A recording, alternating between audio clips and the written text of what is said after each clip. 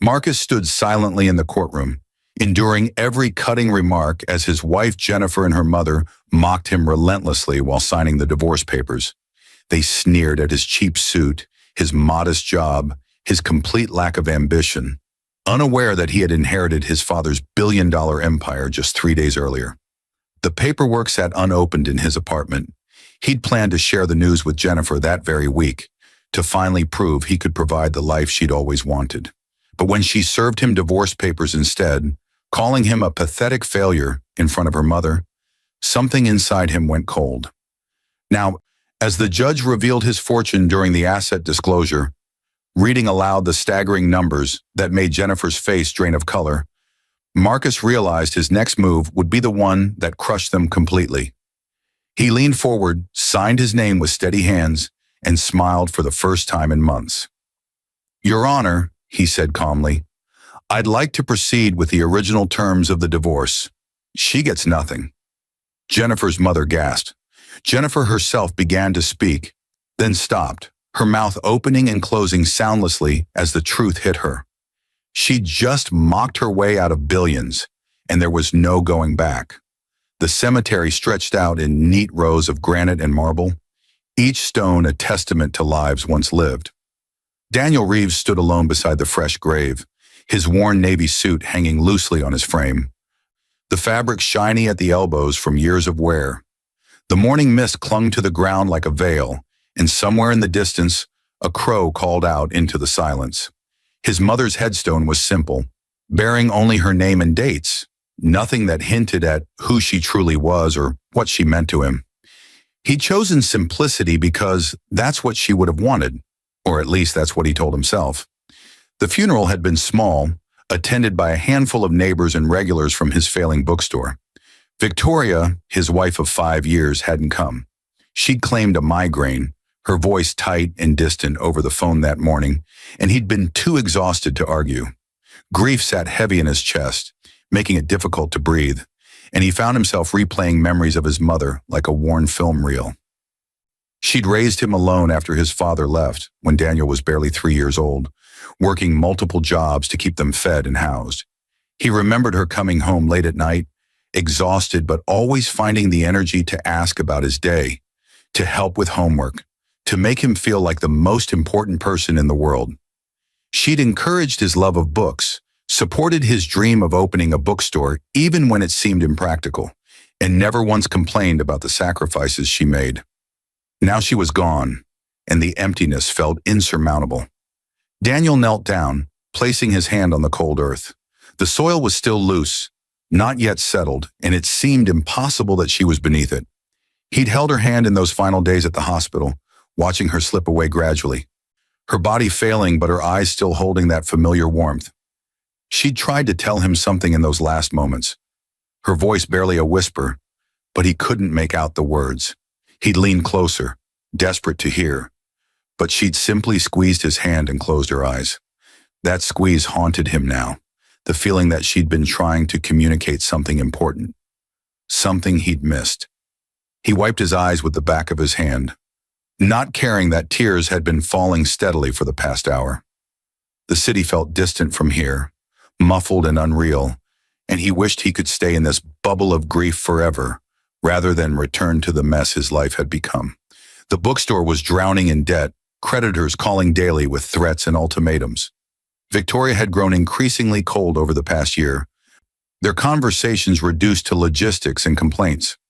His best friend Ryan, who'd been his constant companion since college, had started avoiding him, their weekly basketball games canceled with increasingly flimsy excuses. Daniel felt utterly alone, standing at this grave, mourning not just his mother but the life he'd somehow failed to build. He stayed until the groundskeeper approached, clearing his throat politely to indicate the cemetery would be closing soon. Daniel nodded, rising stiffly to his feet, his knees protesting from kneeling on the damp ground. He walked back to his car, a 15-year-old sedan with a rusted bumper and a passenger door that only opened from the inside. The drive home took 40 minutes through rush hour traffic, giving him too much time to think. His mother had lived in a modest apartment on the east side, the same one they'd shared throughout his childhood. He'd helped clear it out last week, boxing up her few possessions, surprised by how little she'd accumulated over the years. There'd been clothes, some books, kitchen items, and a small jewelry box containing his grandmother's wedding ring. Nothing of significant value, nothing that explained the quiet dignity with which she'd moved through the world. He'd found photo albums, though, filled with pictures of him at every age, carefully labeled and preserved. His first day of school, his high school graduation, the opening day of the bookstore, with him standing proudly in front of the window display. She'd been there for every moment, capturing them all, but there were no photos of her. No record of her own life beyond her role as his mother. When Daniel finally reached his apartment building, a converted warehouse in a neighborhood that developers kept promising would gentrify, the sun was setting. He climbed the 3 flights of stairs slowly, dreading the emptiness that waited. The door was unlocked, which seemed odd, but he pushed it open and stopped cold. Suitcases were lined up in the hallway, packed and zipped. Victoria emerged from the bedroom, her expression carefully neutral, her dark hair pulled back in a severe ponytail. She wore the dress she'd bought for what she called important occasions, deep emerald green that hugged her figure. She was beautiful, he thought distantly, wondering when he'd stop noticing. "We need to talk," she said, and her voice carried none of the warmth he'd fallen in love with years ago. Daniel set his keys on the small table by the door, his movements mechanical. "What's going on?" She crossed her arms, her eyes not quite meeting his. "I'm leaving. I've been meaning to do this for a while, but I waited until after the funeral." The words didn't quite register at first. He stared at her, trying to process, his grief-fogged mind struggling to shift gears. "Leaving?" Victoria nodded, her jaw tight. "I can't do this anymore, Daniel. The struggling, the constant worry about money, your complete lack of ambition. I thought you'd turn things around, but you're still running that failing bookstore, still living in this dump, still going nowhere." Each word hit like a physical blow. "My mother just died," he said quietly. "I know, and I'm sorry about that, but it doesn't change anything. I need more than this. I deserve more than this." She gestured around the apartment, at the second-hand furniture, the peeling paint, the life they'd built together that she clearly found inadequate. Daniel felt something crack inside him, but he remained still, watching her as if she were a stranger. "Is there someone else?" Victoria hesitated, and that hesitation told him everything. "Ryan and I have grown close. He understands me in ways you never could. He has drive, ambition, a real career. We're going to build something together." Ryan, his best friend Ryan. The betrayal was so complete, so thorough, that Daniel almost laughed. Instead, he nodded slowly, his voice hollow. "How long?" "Does it matter?" she snapped. 6 months. We've been seeing each other for 6 months. And honestly, it's been the happiest I've felt in years. 6 months. While his mother was dying, while he was juggling creditors and struggling to keep the bookstore afloat, his wife and his best friend had been building a relationship behind his back. The apartment felt smaller suddenly, the walls pressing in. Victoria picked up her phone from the counter.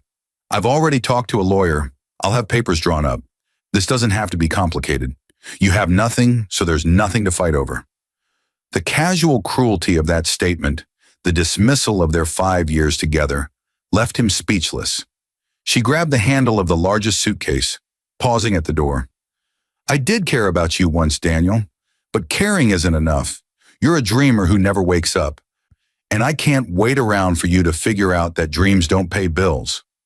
Then she was gone, the door closing with a soft click that seemed impossibly loud in the silence. Daniel stood frozen in the hallway for a long time, staring at the space where she'd been. The apartment was exactly as it had been that morning, but everything felt different, hollowed out and cold. He walked to the window, looking out at the city lights beginning to sparkle in the dusk. Somewhere out there, Victoria and Ryan were together, probably celebrating their freedom, their future. And here he was, alone with his grief and failure, his mother gone, and his marriage dissolved in the same week. He thought about calling someone, but who was there to call? His mother would have known what to say, would have held him and reminded him of his worth. but she was buried in that cemetery across town. He sank onto the couch, his worn suit still smelling faintly of earth and flowers, and let the darkness settle around him like a shroud. The bookstore had been his dream once. Daniel remembered the day he'd signed the lease, his mother beside him, her face glowing with pride. Pages and poetry occupied a corner space in a historic building downtown, with high ceilings, exposed brick walls, and large windows that flooded the space with natural light. He'd imagined it becoming a community hub, a place where people gathered not just to buy books, but to connect, to discuss ideas, to find refuge from the increasingly digital world. For the first year, it had almost worked. He'd hosted reading groups, author events, poetry slams on Friday nights that drew surprising crowds. His mother had helped him paint the walls a warm cream color, had sewn cushions for the reading nook, had baked cookies for the grand opening. But gradually the reality of competing with online retailers and chain stores had set in. Foot traffic dwindled, sales dropped, and the monthly rent became an increasingly impossible burden. Now, 5 years later, the store felt like a mausoleum for his failed ambitions. Daniel unlocked the front door, the bell above chiming weakly. Dust motes danced in the morning light streaming through the windows. The shelves were half empty, gaps where he'd been unable to restock popular titles. The reading nook's cushions were faded, and the coffee station he'd once maintained sat unused, the machine unplugged. He moved through the familiar space like a ghost, straightening books that didn't need straightening, wiping surfaces that were already clean. The store was supposed to open at 9, but some days he wondered why he bothered. Old Mrs. Patterson came by most mornings, more for company than books, and a handful of loyal customers still supported him, but it wasn't enough. The rent was 3 months overdue, and his landlord, a property management company that had recently acquired the building, had made it clear their patience was exhausted. He'd received another notice yesterday, certified mail warning of eviction proceedings. The bookstore was dying, and he didn't have the strength to save it. He was shelving returns when the bell chimed. Evelyn Torres walked in, a retired teacher who'd been shopping here since opening day. She was in her 70s with silver hair cut short and sharp, and intelligent eyes behind wire-rimmed glasses. "Daniel," she said warmly, approaching the counter with 2 books she'd special ordered weeks ago. "How are you holding up, dear?" The genuine concern in her voice nearly broke him. "Managing," he said, forcing a smile as he rang up her purchase. She studied him for a long moment, then reached across the counter to pat his hand. "Your mother was proud of you. She told me so every time she was here. Said you had integrity, that you cared more about doing right than getting rich." Daniel's throat tightened. "Fat lot of good that's done." Evelyn shook her head firmly. "Don't let the world make you cynical. Integrity matters even when it doesn't pay, especially when it doesn't pay." She paid in cash, counting out bills carefully from her worn purse, then added an extra 20.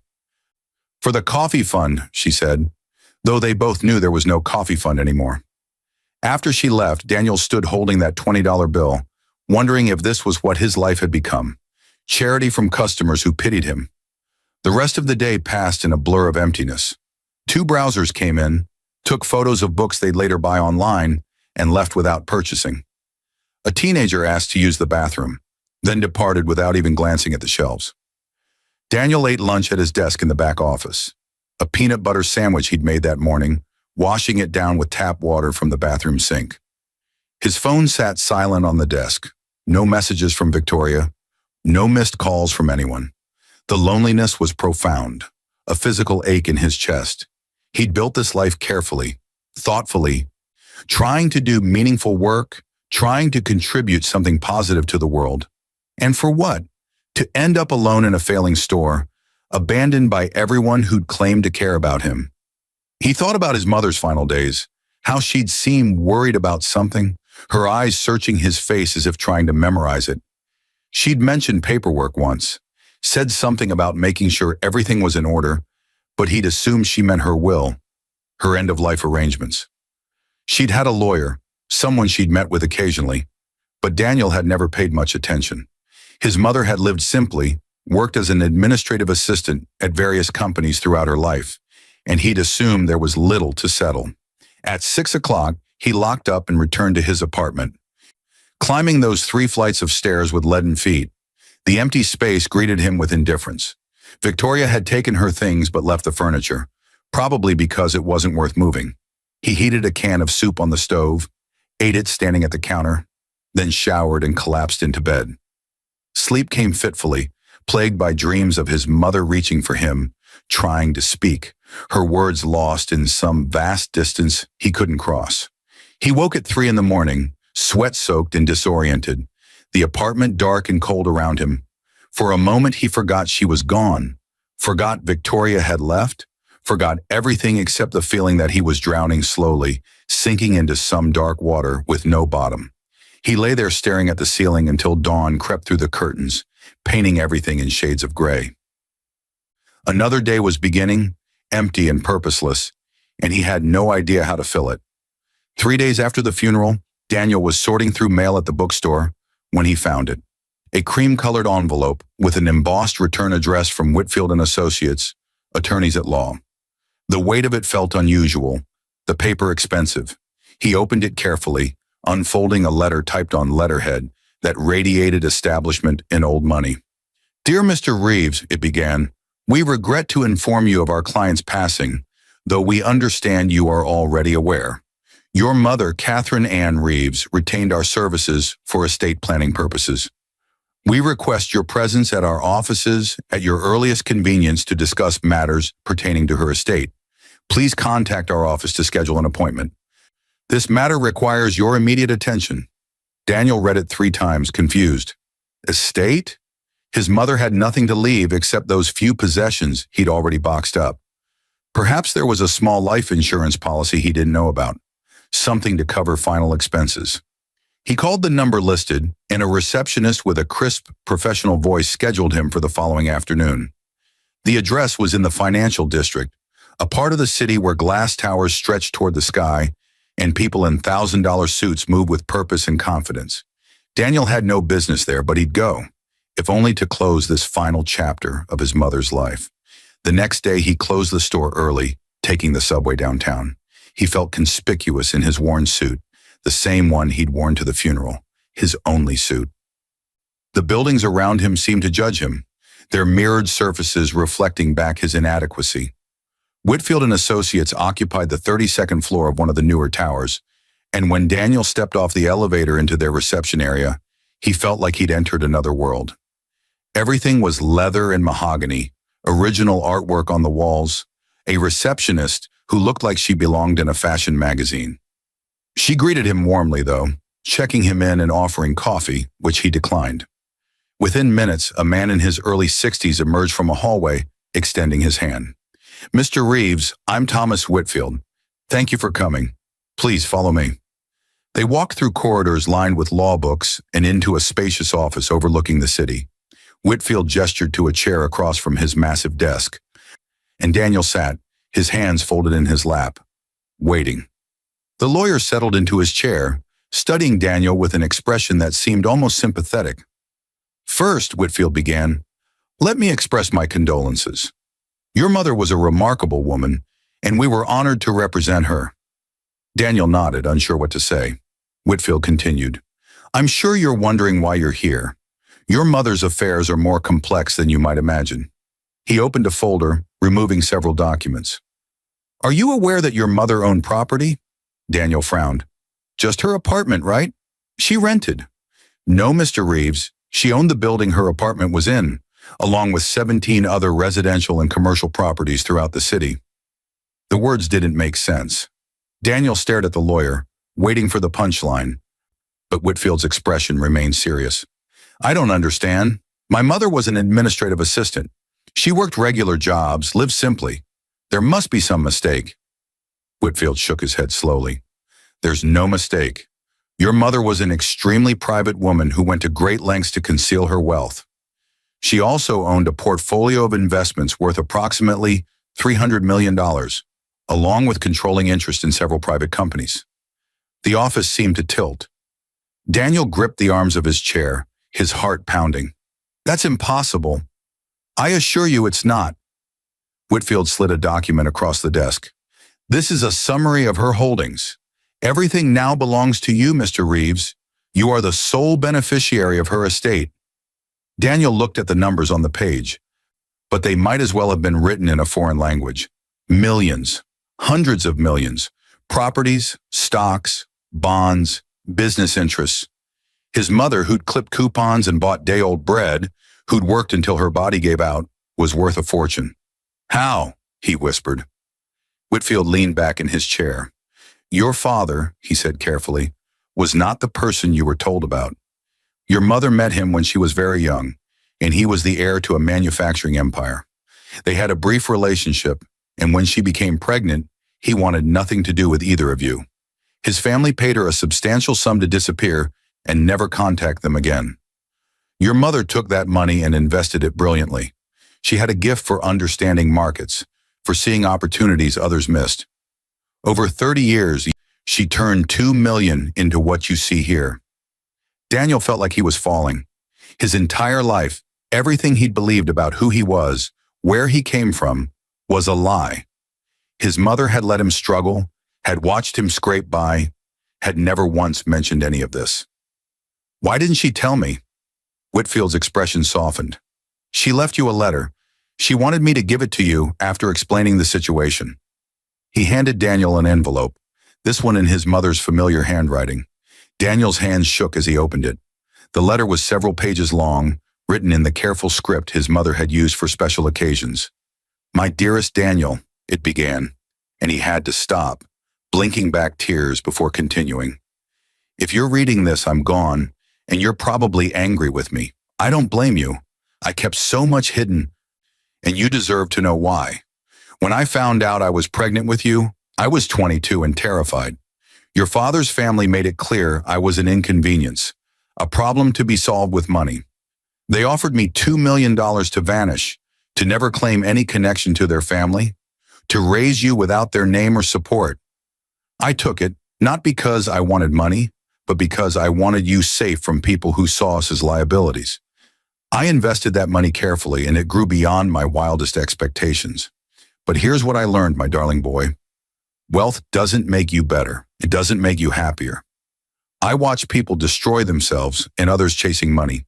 Watch families torn apart by inheritance battles. Watch children ruined by knowing they'd never have to work for anything. I didn't want that for you. I wanted you to develop character, integrity, work ethic, compassion. I wanted you to know the value of things, to understand struggle, to build empathy for others. So I hid my wealth and lived simply, raising you to be a good man rather than a rich one. I know you'll question every choice I made now. You'll wonder why I let you struggle with the bookstore, why I didn't help when things got hard. The truth is, I wanted you to learn perseverance, to understand that meaningful work matters more than profit. Your bookstore may not be successful by conventional standards, but you've created a space that matters to people like Evelyn Torres, like the kids who come for your poetry nights, like everyone who feels lost in this harsh world and finds comfort in your shelves. That has value beyond money. But I also know the world is cruel, and people will try to use you now. Trust Thomas Whitfield. He's been my advisor for 20 years and will help you navigate what comes next. Be wise, be generous, but protect yourself. Not everyone who claims to love you actually does. Build the life you want, Daniel, but build it on the foundation of character, not wealth. Make me proud by being kind, by helping others, by staying true to yourself. The money is yours to use as you see fit, but remember, it's a tool, not a purpose.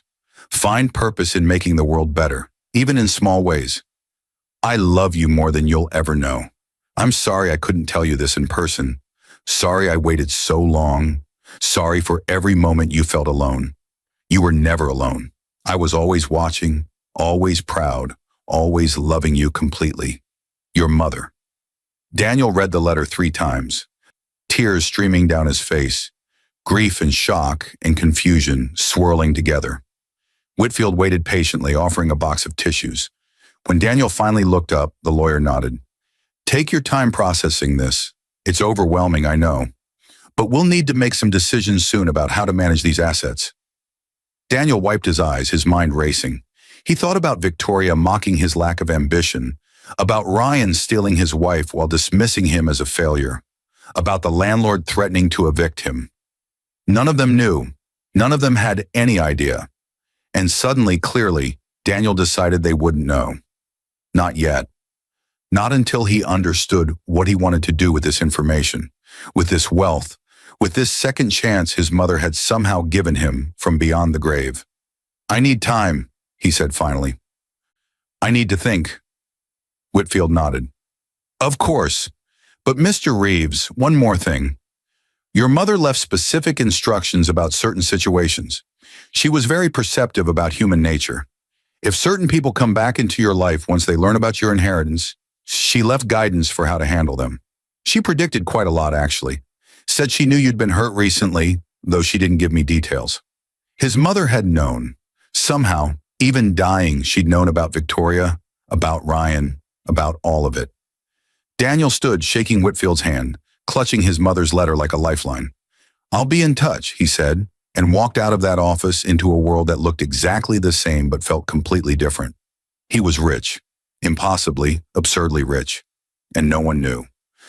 Daniel walked through the financial district in a daze, his mother's letter folded carefully in his jacket pocket against his chest. The late afternoon sun cast long shadows between buildings, and the city hummed with rush-hour traffic, people flooding out of offices toward subway stations and parking garages. Everyone moved with purpose, with destination, while he drifted like a ghost among them. He found himself in a small park, really just a plaza with benches and a fountain, and sat down heavily. His mind reeled, trying to reconcile everything he just learned. $300 million. Properties, investments, businesses. His mother, who darned his socks when he was young because new ones seemed wasteful, who'd made soups from leftover vegetables to stretch their grocery budget, had been wealthy beyond measure and hidden it completely. The betrayal stung at first, sharp and accusatory. She'd let him struggle, watched him pour his savings into the bookstore, never mentioned she could have helped. But as he reread her letter slowly this time, really absorbing her words, he began to understand. She'd been teaching him, preparing him, giving him something no amount of money could buy. Character forged through adversity. He thought about Victoria's words, her contempt for his lack of ambition, her conviction that he was going nowhere. Just days ago, those words had cut deep because part of him feared they were true. He'd questioned himself constantly, wondered if he was a failure, if his dreams were just delusions. But now, sitting here with the weight of unexpected wealth pressing down on him, he realized something crucial. The bookstore mattered. Maybe not financially, maybe not by the world's measures, but it mattered to people like Evelyn Torres, who found community there, to the teenagers who discovered poetry at his Friday night slams, to the lonely and lost who'd found refuge among his shelves. His mother had understood that, had seen value in what he was building even when he couldn't see it himself. And Victoria, who'd mocked him for caring about things that didn't generate profit, had revealed herself completely. She hadn't left because he was poor. She'd left because she valued money over everything else, because she couldn't see worth beyond bank accounts and status symbols. Ryan, too, his supposed best friend, had demonstrated that their friendship meant nothing against opportunity. These people, Daniel realized with cold clarity, were exactly who his mother had warned him about. He pulled out his phone, staring at the screen. He could call Victoria right now, tell her everything, watch her realize what she'd given up. The thought was tempting, viscerally satisfying, but something stopped him. His mother had raised him better than that. Revenge might feel good momentarily, but it wouldn't change anything fundamental about who they were or who he wanted to be. Instead, he thought about Thomas Whitfield's words. His mother had left instructions for certain situations, had predicted people would circle back once they learned about his inheritance.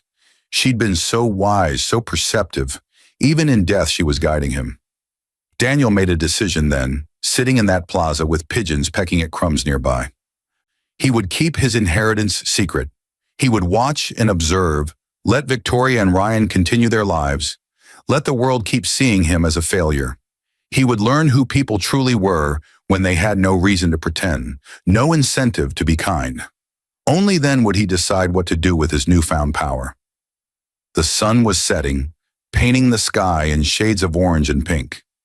Daniel stood, his legs stiff from sitting, and began walking. He couldn't go back to the apartment, not yet. That space held too many ghosts, too many reminders of what he'd lost and what he'd gained in equal measure. Instead, he walked to a modest hotel in a neighborhood near the bookstore, a place that rented rooms by the week for not much money. The desk clerk barely looked at him as he paid cash for 3 nights, handing over a key to a small room on the second floor. It was clean but spare. A bed, a small table, a television that probably hadn't worked in years. Perfect. He needed this separation, this space to think without the weight of his old life pressing in. He lay on the bed staring at the water-stained ceiling and began planning. Tomorrow he would call Whitfield and arrange a private meeting away from the official offices. He needed to understand exactly what he'd inherited and what his options were. He needed to set up structures that would keep his wealth hidden while allowing him to make strategic decisions. His mother had mentioned trusts in her letter, ways to help others without revealing himself. He wanted to explore that, wanted to figure out how to use this money in ways that honored her values and his own. But he also needed to protect himself. Victoria had already filed for divorce, or would soon. He needed to ensure she got exactly what she deserved, which was nothing. Not out of spite, though God knew he felt spite, but because giving her money would validate her worldview, would confirm that wealth was all that mattered. Let her build her life with Ryan on their own merits. Let them struggle and scratch for everything, the way he'd been doing. Only then would they understand anything real. Daniel pulled out his phone and composed a careful email to Whitfield, requesting a meeting at the hotel tomorrow evening. Then he called the bookstore's voicemail and changed the message, saying he'd be closed for a few days due to personal matters. He knew that might cost him the few customers he had left, but he needed this time. Everything had changed in a matter of hours, and he needed to catch up, to plan, to prepare for what came next. He ordered pizza from a place down the street, eating it mechanically while watching the news on his phone. The world continued its chaos, oblivious to his personal upheaval. Somewhere in this city, Victoria and Ryan were probably together, maybe celebrating their freedom, their future. They had no idea that the man they dismissed so casually had just inherited a fortune that would make their ambitions look like pocket change. And they wouldn't know, not until Daniel decided it was time, if ever. Sleep came easier that night than it had since his mother's death. The hotel room's anonymity felt like armor, protecting him from expectations and judgments. He dreamed of his mother, but not the desperate, reaching dreams of before. This time she was sitting across from him at their old kitchen table, smiling that gentle smile he knew so well. She didn't speak, just looked at him with profound love and understanding, and he woke feeling something he hadn't felt in weeks. Hope. Maybe not happiness, not yet, but the possibility of it somewhere down the road. He showered in the small bathroom, dressed in his worn clothes, and went downstairs to find coffee. The hotel had a small breakfast area, and he sat there with other transient souls, people passing through or stuck in life's waiting rooms. No one looked at him twice. He was invisible here, just another nobody trying to get by, and that invisibility felt like a gift. Whitfield called mid-morning, confirming he'd come to the hotel that evening. Daniel spent the day walking the city, really seeing it for the first time in months. He'd been so consumed by grief and failure that he'd stopped noticing the world around him. Now he watched people carefully, wondering about their lives, their struggles, their secrets. How many of them were like his mother, hiding wealth or poverty or pain behind carefully constructed facades? How many were like Victoria and Ryan, users and takers who saw others as resources to exploit? And how many were like Evelyn Torres, genuinely kind people trying to make the world slightly better despite getting nothing in return? He wanted to be like Evelyn, like his mother, like the person he'd been trying to be all along. But he also needed to be smart now, strategic, protected. The stakes had changed completely. That evening, Whitfield arrived carrying a briefcase, looking oddly out of place in the shabby hotel lobby. Daniel led him upstairs, and they spread documents across the small table. For 3 hours, the lawyer walked him through everything: the properties, the investments, the business holdings, the trusts his mother had already established for various charitable purposes. It was overwhelming, dizzying, but Whitfield was patient, explaining each element carefully. Your mother was very specific about maintaining privacy, Whitfield said. She set up multiple shell corporations and trusts to obscure ownership. She didn't want anyone knowing she had wealth because she believed it changed how people treated you, always wondering what they could get from you. Daniel understood that completely now. Can we maintain that structure? Keep everything hidden? Whitfield nodded. Absolutely. In fact, I recommend it, at least until you've had time to adjust. We can set up a discretionary fund you can access for daily expenses, make it look like you're just scraping by. Meanwhile, the larger assets continue appreciating, and you can make decisions about them when you're ready. They worked until midnight, Daniel signing papers that transferred official control to him while maintaining all the privacy protections. Whitfield explained about taxes, about legal obligations, about the quarterly meetings they'd need to have. It was exhausting and technical, but by the end, Daniel felt slightly more grounded. He had a plan, or at least the beginning of one.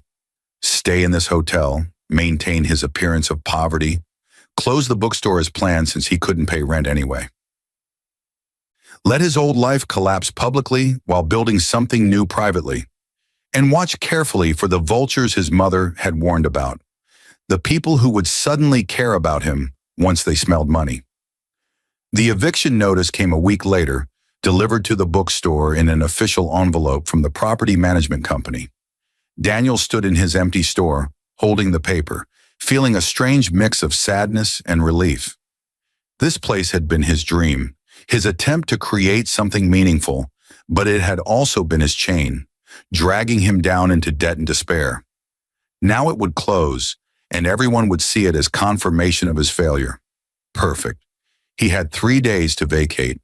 The shelves would need to be cleared, the lease officially terminated, the final chapter of this particular story ended. He spent those days carefully packing books, sorting them into boxes for donation to schools and libraries. It felt like dismantling a life, which he supposed it was. Evelyn Torres came by on the second day, her face creased with concern when she saw him packing. "Oh, Daniel," she said softly, "I heard about the eviction. I'm so sorry." He managed to smile. "It's okay, Mrs. Torres. I couldn't keep up with rent anyway. Time to move on." She helped him pack for an hour, chatting about her grandchildren, about the books she'd discovered through his recommendations over the years. When she left, she hugged him tightly. "You're a good man, Daniel Reeves. Don't let this world convince you otherwise. Something better's waiting for you, I'm sure of it." Her faith in him, unearned and unconditional, made his throat tight. He thanked her and went back to packing. On the final day, several other regular customers came by, people who'd heard through the small network of book lovers that Pages and Poetry was closing. They bought books at a discount, thanked him for creating a space that mattered to them, shared stories about discoveries they'd made on his shelves. An elderly man named Walter, who'd been coming in every Tuesday for 3 years, shook his hand with tears in his eyes. "This place saved me after my wife died," Walter said. "Gave me somewhere to go, something to think about besides being alone. Thank you for that." Daniel realized, packing up the last boxes, that the bookstore hadn't been a failure at all. He might not have made money, might have drowned in debt, but he'd created something that touched people's lives in ways that mattered. His mother had been right about that, about the value of meaningful work, regardless of profit. He took one last look at the empty space, at the shelves his mother had helped him paint, at the reading nook where countless people had lost themselves in stories, and felt at peace. This chapter was closing, but it hadn't been wasted. He was locking the door for the final time when his phone buzzed. A text from Victoria, her first communication since leaving. "Hey, heard about the store. I'm sorry, I know you cared about it. Ryan and I are having a small dinner party next weekend. Just a few friends. Would you want to come? No hard feelings. Let's be adults about this." Daniel stared at the message, reading between the lines. No hard feelings meant she felt guilty or wanted to appear magnanimous, or both.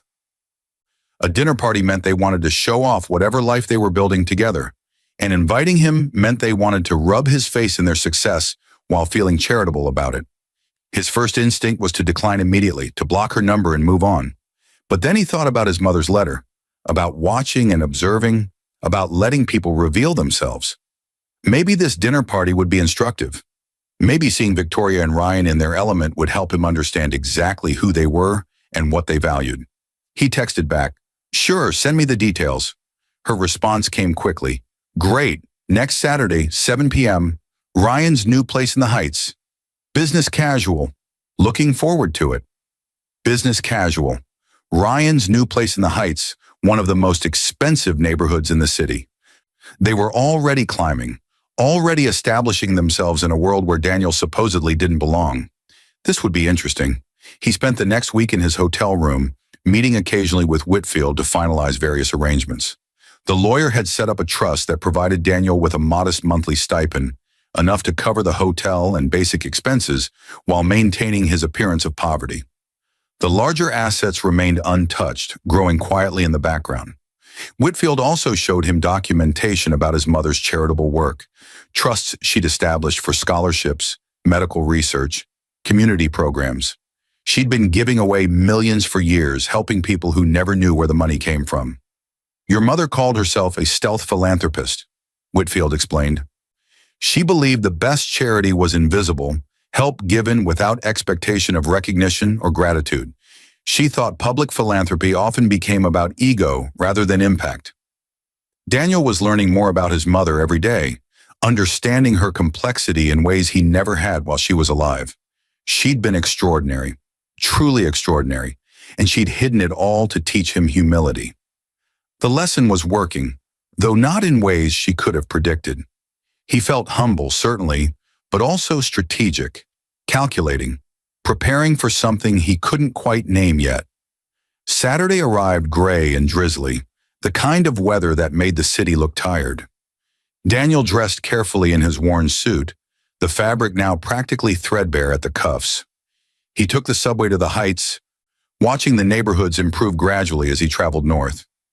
Ryan's building was new construction, all glass and steel, with a doorman who looked him over skeptically before checking the guest list and allowing him up. The elevator was mirrored, and Daniel studied his reflection. He looked exactly like what he was supposed to look like. A failure, a man beaten down by life, someone to pity and dismiss. Perfect. Ryan's apartment was on the 15th floor, and when the elevator doors opened, Daniel could hear party sounds. Laughter, music, the clink of glasses.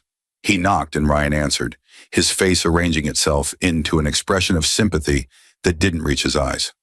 "Daniel, man, come in, come in. So glad you could make it." Ryan looked good, Daniel noticed. Expensive haircut, fitted shirt that probably cost more than Daniel's entire outfit. Watch that glinted gold at his wrist. He'd clearly invested in his appearance, projecting success. They'd been friends since college, roommates for 2 years, best man at each other's weddings. Or at least Daniel had been Ryan's best man. He and Victoria had eloped, a small ceremony she'd insisted on because weddings were wasteful displays. He wondered now if she'd just been embarrassed by him even then. Ryan led him through a spacious entryway into an open-concept living area that was aggressively modern. White furniture, abstract art, floor-to-ceiling windows overlooking the city. A dozen people milled around, all dressed in that casual, expensive way that screamed money. Victoria stood near the kitchen, wearing a dress that must have cost a month's rent. Her hair done professionally. She saw him and smiled, that familiar smile he'd once loved, now just a performance. "Daniel," she said, approaching with a wine glass in hand, "I'm so happy you came. Can I get you something to drink?" Her mother appeared from nowhere, a woman Daniel had always found cold and judgmental. She looked him over with barely concealed disdain. "Daniel, I heard about your little store closing. Such a shame, but perhaps it's for the best. Time to find something more practical, don't you think?" The condescension was breathtaking. Daniel accepted a beer from Ryan, sipping it while Victoria's mother continued. "Ryan was just telling us about his promotion at the firm. Making junior partner at 32, quite impressive. Of course, he always had such drive, such ambition." The implication was clear. "Unlike you." Daniel smiled blandly. "That's great, Ryan. Congratulations." The evening proceeded as a carefully orchestrated display of success. Ryan talked loudly about deals he was closing, about the bonus he was expecting, about their plans to buy a vacation home in the mountains.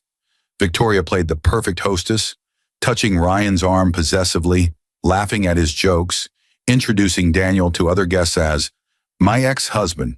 We're staying friendly for everyone's sake." Each introduction was a small humiliation. These strangers looking at Daniel with pity or contempt, clearly wondering why Victoria had ever settled for someone so obviously beneath her. He played his part well, quiet and unassuming, letting them feel superior. Dinner was catered, some fusion cuisine Daniel couldn't identify, served on expensive plates at a table that probably cost more than his car. He sat between two women who worked in finance, and they talked across him as if he weren't there, discussing market trends and investment strategies. Victoria's mother, seated across from him, kept making little comments designed to hurt. "So Daniel, what are your plans now? Surely you're not too proud to get a real job?" He chewed slowly, swallowed. "I'm figuring things out," she sniffed. "Well, at your age, time is running out." Victoria made the right choice, moving on. Sometimes we outgrow people, and there's no shame in admitting it. Ryan squeezed Victoria's hand across the table. "We're just really happy, you know? Finally found the right person, the right connection. No offense, Daniel. But sometimes things just work better with different people." No offense. As if that phrase could erase the betrayal, the months of sneaking around, the fundamental violation of trust. Daniel smiled tightly. None taken. The evening dragged on, each moment another small cut, another demonstration of where he supposedly belonged in their hierarchy. He was the cautionary tale, the example of what happened when you lacked ambition, when you chased dreams instead of dollars. And he sat there, absorbing it all, remembering every word, every sneer, every condescending smile. Around 10, after dessert, Daniel excused himself to use the bathroom.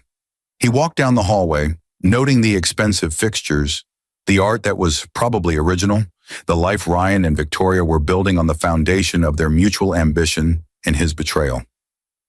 He looked at himself in the bathroom mirror, seeing the exhaustion in his eyes, but also something else. Patience.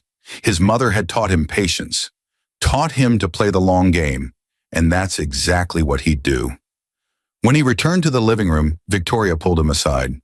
"Thank you for coming," she said softly. "I know this must be hard for you, seeing us happy like this. But I really do hope you find your path, Daniel. You deserve to be happy too, even if it's in a different way than us." The false kindness was almost worse than her mother's open disdain. Victoria actually believed she was being generous, including him in their celebration, offering him scraps of compassion from her position of superiority. He nodded. "I appreciate that." As he was leaving, Ryan walked him to the elevator. "Look, man, I know things are tough right now, but this is just how life goes sometimes. Some people are meant for different levels, you know? Nothing personal, just reality. If you ever need a reference or something, let me know. I still care about you, bro." Bro. Daniel stepped into the elevator, turning to face Ryan. "Thanks for the offer. I'll keep it in mind." The doors closed on Ryan's satisfied smile, and Daniel rode down alone. He walked out into the drizzle, letting the rain cool his face, and felt something clarify inside him. He'd needed to see this, needed to understand completely who these people were.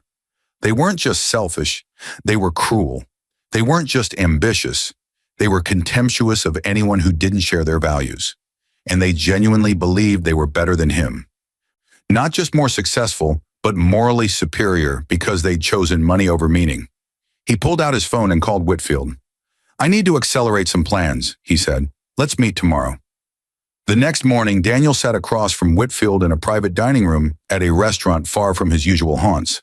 The lawyer had brought several folders, laying them out carefully. "Your mother," Whitfield began, "anticipated something like this. She suspected that people who'd hurt you would come back once they sensed opportunity. She left specific instructions for how to handle it, which she called teaching moments. She believed people should understand the consequences of their choices." Daniel leaned forward. "Tell me everything." Whitfield opened the first folder. Your mother owned the building where your bookstore was located. She bought it 5 years ago, shortly after you signed your lease, through one of her shell corporations. The property management company you've been dealing with works for her, or rather, for you now. The information took a moment to process. She owned my building. She wanted you to build something on your own merit without her help, but she also wanted to ensure you wouldn't be exploited. She paid your rent to herself, essentially, and the money went into an investment account in your name. The eviction was unfortunate. The management company didn't realize you were the actual owner's son. We can reverse that immediately if you'd like. Daniel shook his head slowly, stunned by his mother's foresight. What else? She purchased several other properties strategically, including the building where your friend Ryan has his apartment. Daniel's eyes widened. I own Ryan's building. You do, along with 15 others. Your mother had a gift for predicting development patterns. She bought in neighborhoods before they gentrified, and now those properties are worth substantial amounts. But more relevant to your current situation, she left instructions about certain people in your life. She didn't name them specifically, but she described types of people. Users, as she called them. People who valued you only for what you could provide. She suggested, when dealing with such people, that you observe them carefully, let them reveal their true nature, and then make informed decisions about their place in your life. Whitfield pulled out another document. There's a trust called the Restoration Fund that your mother established for helping people who'd been hurt by others' greed or ambition. She wanted you to use it as you saw fit, particularly for causes that mattered to you personally. She mentioned bookstores specifically, independent businesses that served communities rather than shareholders. A plan was forming in Daniel's mind, still vague but gaining shape. Tell me about the foundation work she was doing. For the next hour, Whitfield walked him through decades of his mother's stealth philanthropy. She'd funded scholarships for underprivileged kids, paid medical bills for families facing bankruptcy, supported community centers and libraries and arts programs, all anonymously, all carefully structured, so recipients never knew where the help came from. She'd built an entire infrastructure for invisible kindness, and now it belonged to Daniel. There's one more thing, Whitfield said, pulling out a small envelope. Your mother left this to be opened when what she called the vulture's notice. She predicted that certain people would try to reconnect with you once they suspected you had resources. When that happens, she wanted you to read this. Daniel took the envelope, feeling his mother's presence in the weight of it. How did she know so much about people? Whitfield smiled sadly. Your father's family taught her. When they paid her off, they made it clear she was worthless, just a problem to be eliminated with money. She learned how wealth changed people, how it made them see others as transactions rather than humans. She studied it, actually, took courses in psychology and economics, read extensively about power and corruption. She wanted to understand the disease so she wouldn't catch it herself, and so she could teach you to avoid it too. They talked about strategies for the next phase. Daniel would continue living modestly, maintaining his appearance of poverty. But behind the scenes, he'd start implementing his mother's vision, using the Restoration Fund to help people and businesses that mattered. The bookstore could reopen, but differently, as a community space supported by the fund. And when Victoria and Ryan inevitably came sniffing around, sensing something had changed, he'd be ready. Daniel spent the next week in quiet preparation. He met with accountants, lawyers, and financial advisors who'd worked with his mother, learning the mechanics of managing substantial wealth. It was overwhelming but fascinating, understanding the systems his mother had built. He also began reaching out to contacts from the bookstore, people who'd expressed interest in community literary programs. He didn't reveal anything about his resources, just asked questions, gathered information, planted seeds. He was learning patience, his mother's most important lesson. One evening, his phone rang with an unfamiliar number. He answered cautiously. Mr. Reeves, my name is Marcus Webb. I was a friend of your mother's, though we never met. I just learned of her passing, and I wanted to express my condolences. She was an extraordinary woman. They talked for 20 minutes, Webb sharing stories about how Daniel's mother had helped him years ago when his small tech startup was failing. An anonymous investor had provided crucial funding. asking for nothing in return. Only later, through his own detective work, had he discovered that investor was Catherine Reeves. "She changed my life," Webb said. "My company is worth billions now, and it never would have existed without her belief in me. I never got to thank her properly. Is there anything I can do to honor her memory?" Daniel thought carefully. "Actually, there might be. Can we meet?" The following week, Daniel sat in a conference room with Marcus Webb, who'd flown in from Silicon Valley for this meeting. Webb was in his 50s, casually dressed but radiating the quiet confidence of someone who'd built something significant.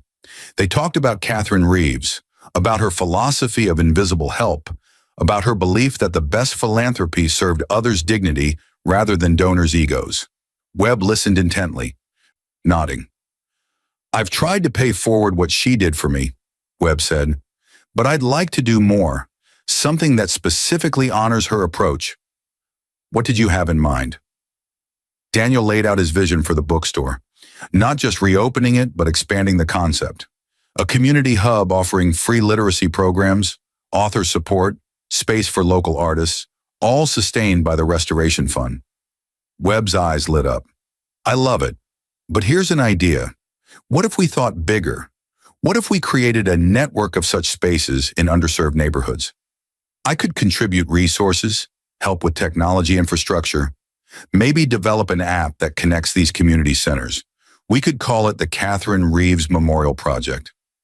They talked for hours, excitement building. This was what his mother had wanted, Daniel realized. Not just wealth sitting in accounts, but resources actively making the world better in concrete ways. Webb committed to partnering with the Restoration Fund, bringing both money and expertise. As they shook hands, Webb said something that stuck with Daniel. "Your mother saw potential in people when no one else did. She bet on character over credentials. That's rare, and it's worth preserving." Daniel thought about Victoria and Ryan, about people who bet on credentials over character, who measured worth by bank accounts and titles. His mother had been the opposite, seeing value in what people built and how they treated others. He wanted to honor that. That evening, walking back to his hotel, Daniel's phone buzzed. A text from Ryan. "Hey man, been thinking about you. Coffee this week. Want to catch up properly." It was starting. They'd sensed something, some shift in the wind. Maybe someone had mentioned his meetings with lawyers, or perhaps they'd simply decided it was time to ensure he wasn't going to cause problems with the divorce. Either way, the vultures were noticing, just as his mother had predicted. Daniel opened the envelope Whitfield had given him, the one marked "When the Vultures Notice." His mother's handwriting filled a single page. "My darling boy, if you're reading this, then people who hurt you are circling back. They've sensed something, or they want something, or they're feeling guilty and seeking absolution. You owe them nothing, not your time, not your forgiveness, not your resources. They made their choices when they thought you had nothing to offer. Their return now is not about you. It's about them and what they think they can get. You have two options. Ignore them completely or engage strategically to teach them about consequences. I leave that choice to you. But remember this, kindness should flow toward those who need it, not those who exploit it. Save your generosity for people who value you rather than what you can provide. And Daniel, my sweet boy, don't let their return make you bitter. You are good because you choose goodness, not because it was always rewarded. Stay good, but be wise about where you place that goodness. Some soil grows flowers, some just breeds weeds. Learn the difference. I love you eternally, Mom." Daniel read it 3 times, then carefully folded it back into the envelope. His mother was right, as always. The vultures were circling, and he needed to decide how to handle them. He could ignore them, block their numbers, move on with his life, or he could engage strategically, let them reveal themselves completely, and ensure they understood exactly what they'd lost. He thought about the dinner party, about Victoria's false kindness and Ryan's condescension, about Victoria's mother's open contempt. They'd enjoyed humiliating him, had felt superior in their cruelty. And now they were reaching out, sensing something had changed, wanting to position themselves advantageously. The decision crystallized. He would engage, but on his terms.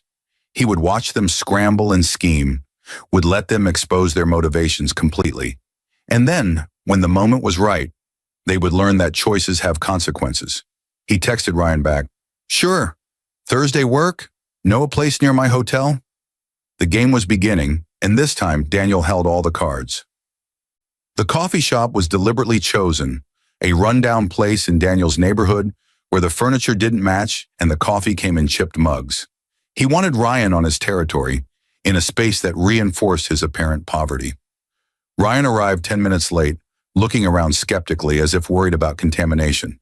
He spotted Daniel in the corner booth and approached, his smile not quite reaching his eyes. "Hey man, thanks for meeting." They ordered. Daniel got black coffee. Ryan asked for something complicated that the barista clearly didn't know how to make, and settled into awkward conversation. Ryan talked about work, about how demanding junior partnership was, but how rewarding, about the deals he was closing. He mentioned Victoria casually, how happy they were, how everything had just clicked into place. "I know it was weird, the timing and everything," Ryan said, stirring sugar into his disappointing latte. "But when you know, right? Life's too short to deny real connections." Daniel sipped his coffee, letting Ryan fill the silence. The nervous energy was palpable. Ryan clearly working towards something, but taking his time getting there. Finally, after 20 minutes of preamble, Ryan shifted gears. "Listen, I wanted to talk to you about the divorce.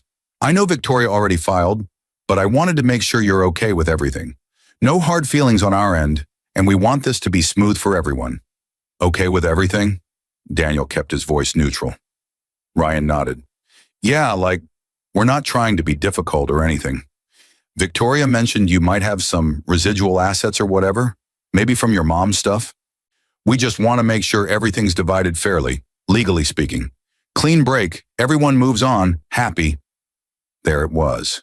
They'd heard something, sensed something, and now they were fishing. Daniel wondered who tipped them off, or if it was just instinct. Predator's intuition sensing prey might not be as helpless as assumed. "My mother didn't leave much," Daniel said carefully. "Some personal items, small life insurance policy. Nothing significant." Ryan's relief was visible. "Oh, okay, good. I mean, not good that she didn't leave much, but good that it's simple, because Victoria's lawyer was asking questions, and we didn't want any complications." They talked for another few minutes, Ryan's agenda clearly complete. As they were leaving, Ryan clapped him on the shoulder. "Look, I know things are tough right now, but you'll bounce back. You're a survivor, man. And hey, if you ever need advice or connections or whatever, I'm here. We're still friends, despite everything." Friends. Daniel watched Ryan walk away toward his expensive car parked illegally at a hydrant. Friends who stole wives and then pretended to care, who measured relationships by utility and discarded people when they seemed useless. His mother had understood this type of person completely, had warned him about exactly this scenario. Daniel pulled out his phone and called Whitfield. "They're fishing," he said. "Time to set some hooks." Over the next week, Daniel carefully planted information through channels that would reach Victoria and Ryan. He let slip to a mutual acquaintance that he'd been meeting with lawyers about his mother's estate. He mentioned to another friend, someone he knew gossiped, that there were some complicated financial matters being resolved. Nothing concrete, just enough to make them curious, to make them wonder if they'd miscalculated. The reaction was swift. Victoria called directly, her voice honey-sweet. "Daniel, hi. I was just thinking about you. How are you doing? Really, honestly?" They talked for a few minutes, Victoria expressing concern about his well-being, his housing situation, his plans. Then casually, she mentioned hearing he'd been dealing with estate matters. "I hope everything's okay. If you need help with anything, any paperwork or decisions, I'm happy to look at it. I did work in estate law for a year, remember?" Of course she did. She was positioning herself as helpful, essential, someone he should keep close. Daniel played along, mentioning that things were complicated, that he was trying to understand everything his mother had set up. Victoria pounced on that. "Set up? What do you mean?" "Oh, just some accounts and things. The lawyer's helping me sort through it all." He could practically hear her mind racing. "Well, you should be careful with lawyers, Daniel. They'll bill you forever if you let them. Maybe Ryan and I could help." We could take a look at the documents, make sure you're not being taken advantage of. The concern was touching, really. After abandoning him, after mocking his poverty, after building a life on his exclusion, now she wanted to help. Daniel thanked her politely and said he'd think about it. After hanging up, he sat in his hotel room and laughed, a sound he barely recognized from his own throat. Whitfield had advised him on the next phase. "Your mother left another letter," the lawyer had explained. "This one's labeled, 'When They Swarm.' She predicted they'd try to insert themselves into your financial affairs, to position themselves as helpers or advisors. She had very specific suggestions for how to handle that." Daniel had read the letter, marveling at his mother's psychological acuity. She'd mapped out this exact scenario, understanding that people who'd valued him at zero would suddenly inflate his worth once money entered the equation. Her advice was clear. Let them compete, let them scramble, let them reveal exactly how far they'd go to access resources. Then when their character was fully exposed, cut them off completely. It was masterful, and Daniel committed to following her playbook exactly. The next move came from Victoria's mother, surprisingly. She called from Victoria's phone, her voice dripping with the same contempt as before, but poorly disguised now with false warmth. "Daniel, dear, I wanted to apologize for my rudeness at the dinner party. I was going through some personal stress, and I took it out on you inappropriately. Can you forgive me?" Daniel assured her there was nothing to forgive. Knowing that her sudden change of heart meant they were desperate for information, she continued. "Victoria mentioned you're dealing with some estate matters. It's so complicated, isn't it? My late husband left me in a similar situation years ago. I'd be happy to share my experience, maybe help you navigate the complexities."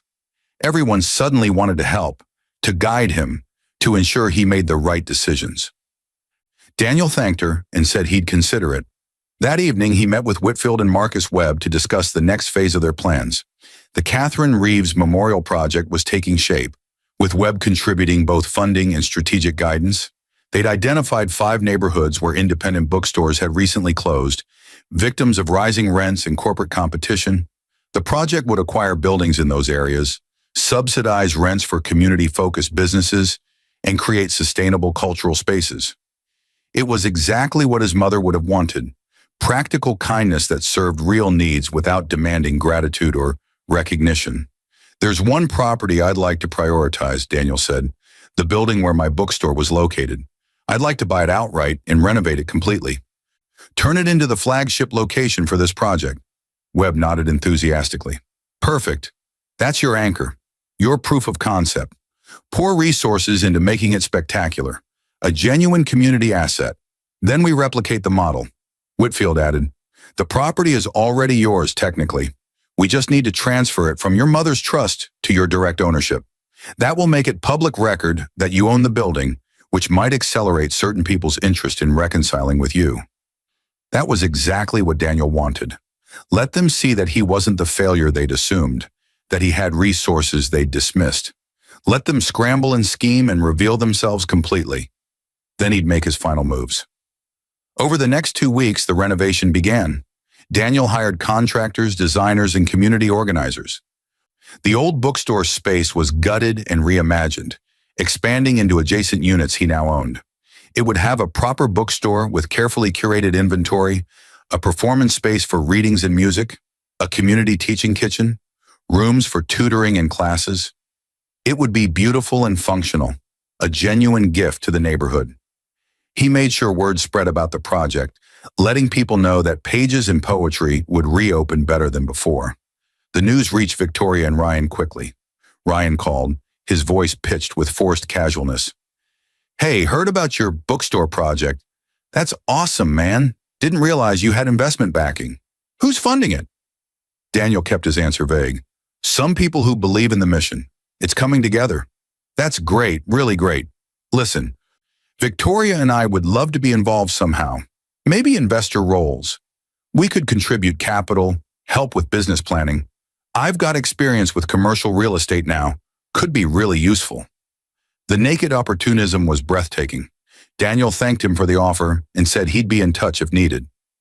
That same day, Victoria texted, "I'm so proud of you for not giving up on your dream. The new bookstore sounds amazing. Can we meet and talk about it? I'd love to hear all your plans. They met at a cafe near the construction site. Victoria arrived dressed impeccably, her enthusiasm almost convincing. She asked detailed questions about the project, about funding sources, about his role. Daniel shared selectively, watching her calculate, watching her try to assess his actual financial position. This is wonderful, Daniel, she said, reaching across the table to touch his hand. I'm sorry I didn't see your vision before. I was so focused on conventional success that I missed what really matters. You were right all along about meaningful work being more important than profit. The apology was artful, positioning her previous cruelty as mere blindness rather than character flaw. Daniel smiled, extracting his hand gently. Thank you. I appreciate that. Victoria leaned forward, her eyes earnest. I've been thinking a lot about us, about our marriage. I made a mistake, Daniel. I was scared and foolish, and I threw away something real for something superficial. Ryan's fine, but he's not you. He doesn't have your depth, your integrity. I miss that. Here it was, the play he'd been expecting. She was hedging her bets, positioning for reconciliation now that he appeared to have resources worth accessing. Daniel kept his expression neutral, his voice kind. That's a complicated thing to say, Victoria. You're with Ryan now. But we're not married yet, she said quickly. We've been talking about it, but nothing's decided. And seeing you now, seeing you building something real, it makes me remember why I fell in love with you in the first place. Maybe we moved too fast. Maybe we should slow down and reconsider things. The audacity was impressive. She wanted to keep both options open. Ryan as backup if Daniel turned out to be another broke dreamer. Daniel as primary if he proved to have actual wealth. The calculation was so transparent, so utterly devoid of genuine feeling, that Daniel felt almost sorry for her. Almost. I think you should follow your heart, he said gently. Whatever that tells you is right. Victoria smiled, clearly interpreting his response as an opening. My heart says I made a huge mistake. Can we spend more time together? Rebuild what we lost? Daniel stood, placing money on the table for his coffee. Let me think about it. There's a lot to consider. As he walked away, he felt Victoria's eyes on his back, watching, calculating, hoping. His mother had warned him about this exact moment, about people returning when they sensed opportunity. She'd written in one of her letters, the saddest part isn't that they hurt you, it's that they'd hurt you again, exactly the same way, if given the chance. They haven't changed, only their assessment of your utility has changed. Remember that. Daniel remembered. He remembered everything. And soon, very soon, they'd understand that actions have consequences that money can't erase. The grand reopening of Pages in Poetry was scheduled for a Saturday evening in late spring. The renovation had transformed the space into something spectacular while maintaining its essential character. The exposed brick walls were cleaned and restored. The high ceilings now featured beautiful lighting that made the space warm and inviting. Shelves built from reclaimed wood lined the walls, filled with carefully curated books. The performance space had a small stage and sound system. The community kitchen gleamed with new equipment. It was exactly what Daniel had envisioned, a space that honored books and people equally. Invitations had gone out to the community, to the old customers who'd supported him before, to local artists and writers.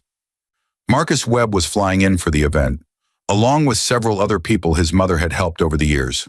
Whitfield had tracked down some of them, people who'd benefited from Catherine Reeves' invisible philanthropy, and Daniel had reached out to invite them. He wanted his mother honored properly, wanted people to understand the legacy she'd built in secret. Victoria and Ryan had, of course, heard about the reopening. They'd been circling closer, making increasingly transparent attempts to reinsert themselves into Daniel's life.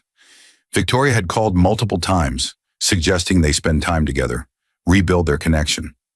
Ryan had offered business advice, networking opportunities, capital if needed. Daniel had been politely non-committal to everything, letting them exhaust themselves with effort. The morning of the reopening, Daniel stood in the finished space, overwhelmed by what had been accomplished. Evelyn Torres arrived early, tears streaming down her face as she walked through the rooms. "Oh, Daniel," she whispered, "your mother would be so proud. This is magnificent." Other early arrivals echoed her sentiment. People from the neighborhood who remembered the original store and marveled at its transformation. A local journalist came to cover the story, interviewing Daniel about his vision. He spoke carefully, talking about community and literacy and the importance of physical spaces in an increasingly digital world. He didn't mention his funding sources, didn't reveal anything about his actual resources.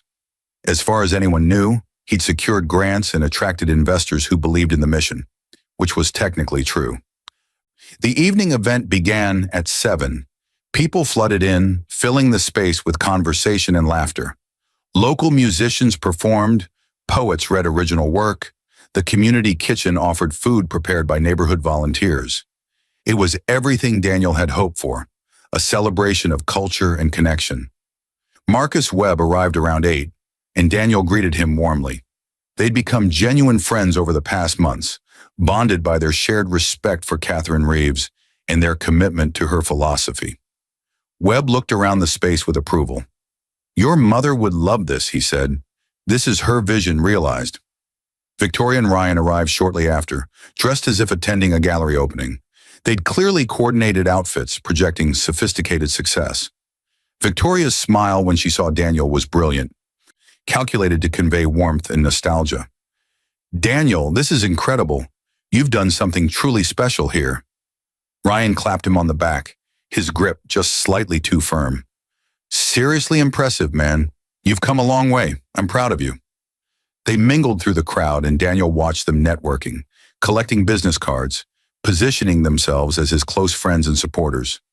Several people who didn't know the history assumed they were involved with the project, and neither Victoria nor Ryan corrected them. It was masterful social climbing, attaching themselves to something successful, rewriting their relationship to him in real time. Around 9 o'clock, Marcus Webb approached the small stage. Daniel had asked him to say a few words to share his story about Catherine Reeves. The crowd quieted as Webb began speaking. "I'm here tonight to honor a woman most of you never met," Webb started. "Catherine Ann Reeves was, without exaggeration, one of the most extraordinary people I've ever known. 20 years ago, when I was nobody, when my startup was failing and I was days from bankruptcy, an anonymous investor saved me. The investment came through a shell corporation with no name attached, no demands made, no credit claimed, just capital when I desperately needed it, given because someone believed I was building something worthwhile." The room was silent, everyone listening. Webb continued, "It took me years to discover that investor was Catherine Reeves. When I finally tracked her down and tried to thank her, she asked me never to mention it publicly. She said the help wasn't about her. It was about me having a chance to build something meaningful. She said that's what money should do, create opportunities rather than obligations." Daniel felt his throat tighten. Webb's voice carried emotion now. "Catherine helped dozens of people this way, maybe hundreds. She gave scholarships, paid medical bills, saved businesses, supported artists, all invisibly, all asking nothing in return. She believed the best charity was the kind that preserved dignity, that helped people without making them feel small or indebted. And she taught her son these same values." Webb turned toward Daniel. "Your mother was adamant that you learn integrity before you learned about wealth. She wanted you to develop character independent of resources, to understand that worth comes from choices rather than bank accounts. She succeeded.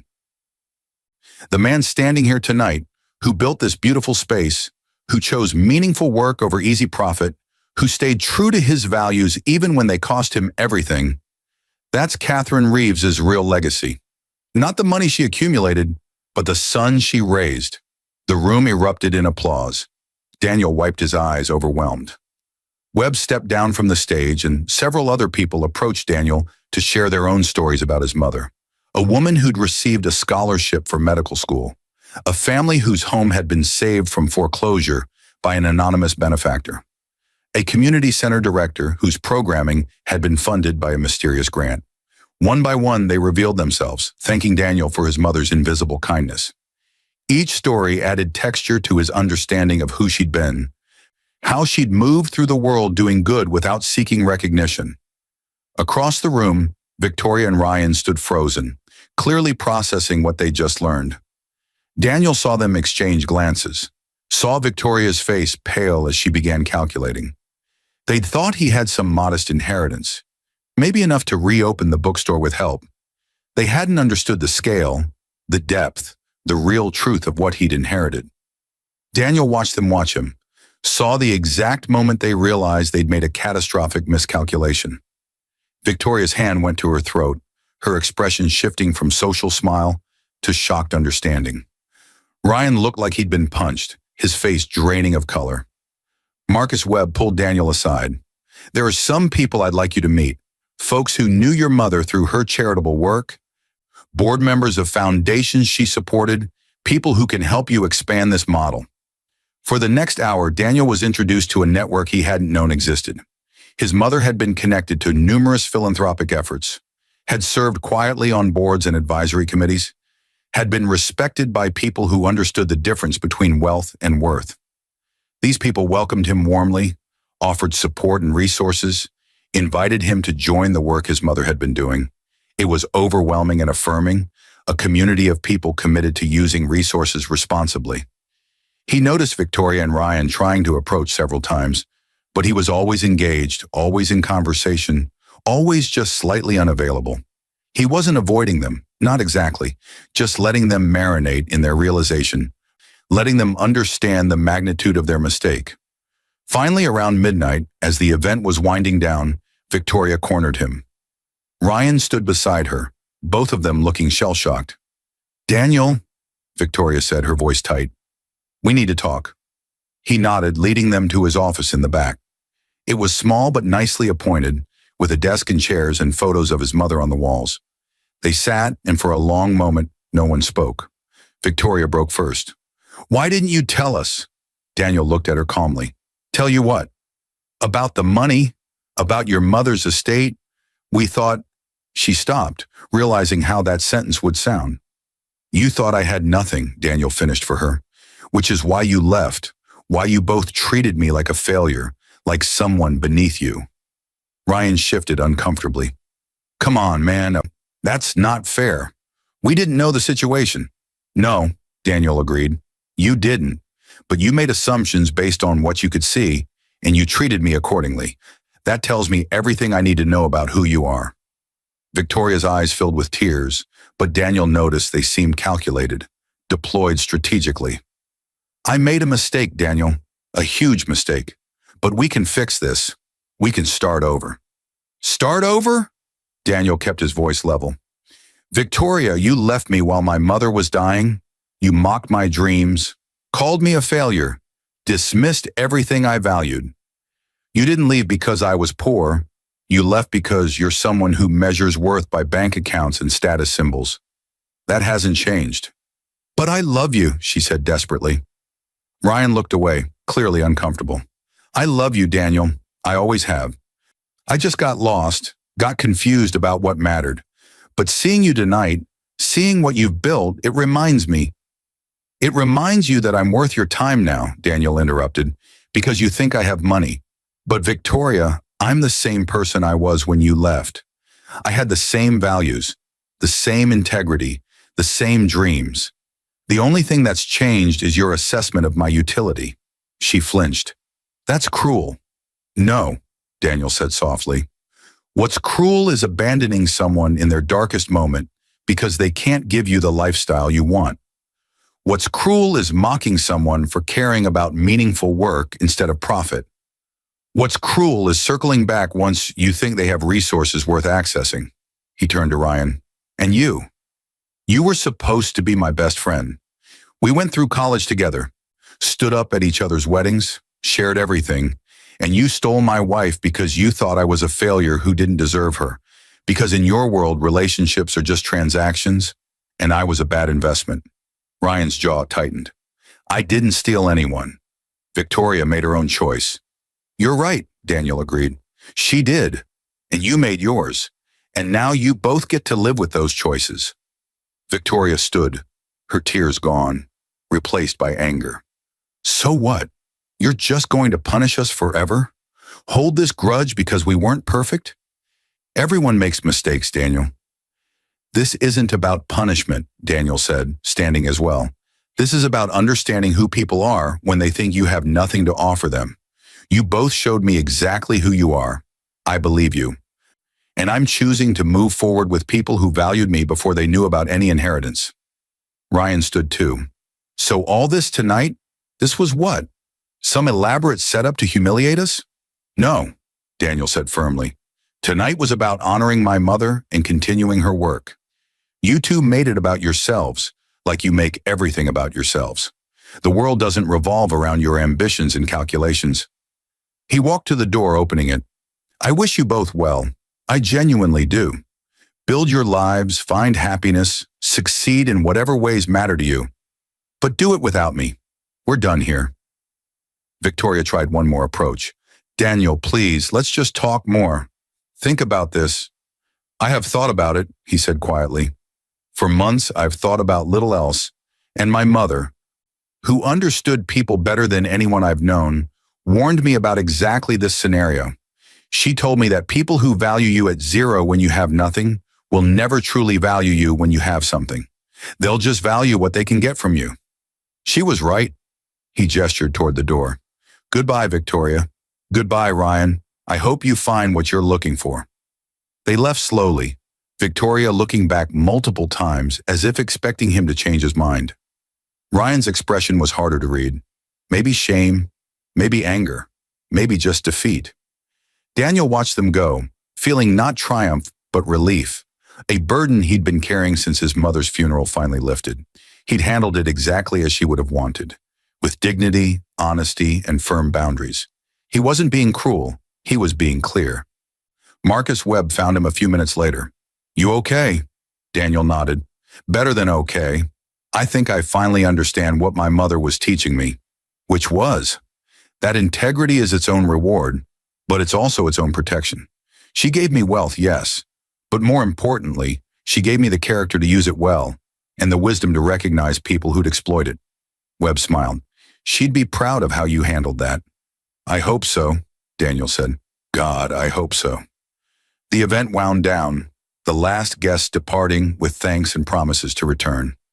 Daniel locked up around 2 a.m, standing alone in the beautiful space he'd created.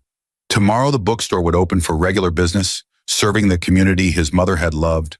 The Restoration Fund would continue helping others. The Catherine Reeves Memorial Project would expand to more neighborhoods. His mother's invisible legacy would become visible, her values translated into action. And Victoria and Ryan would move on with their lives, having learned nothing or having learned everything, depending on their capacity for self-reflection. Daniel found he didn't care much either way. They were his past, a painful chapter now closed. The future lay ahead, full of purpose and possibility, built on the foundation his mother had so carefully prepared. He thought about her letter, about her wisdom, about everything she'd sacrificed to teach him these lessons. She'd hidden her wealth not from cruelty, but from love, wanting him to become someone who valued people over profit, meaning over money, character over credentials. It was the greatest gift anyone had ever given him, and he'd spend the rest of his life honoring it. As Daniel walked back to his hotel, he'd buy a proper apartment soon, but the hotel had become oddly comfortable. He felt his mother's presence like a warm hand on his shoulder. I understand now, he whispered to the night air. I understand everything. Somewhere in the darkness, he imagined her smiling. The bookstore thrived in ways that surprised even Daniel. Within months, Pages and Poetry became a genuine community hub, exactly as he'd envisioned. The reading groups attracted dedicated members. The poetry slams drew crowds that spilled out onto the sidewalk. The community kitchen hosted classes that taught both cooking and food justice.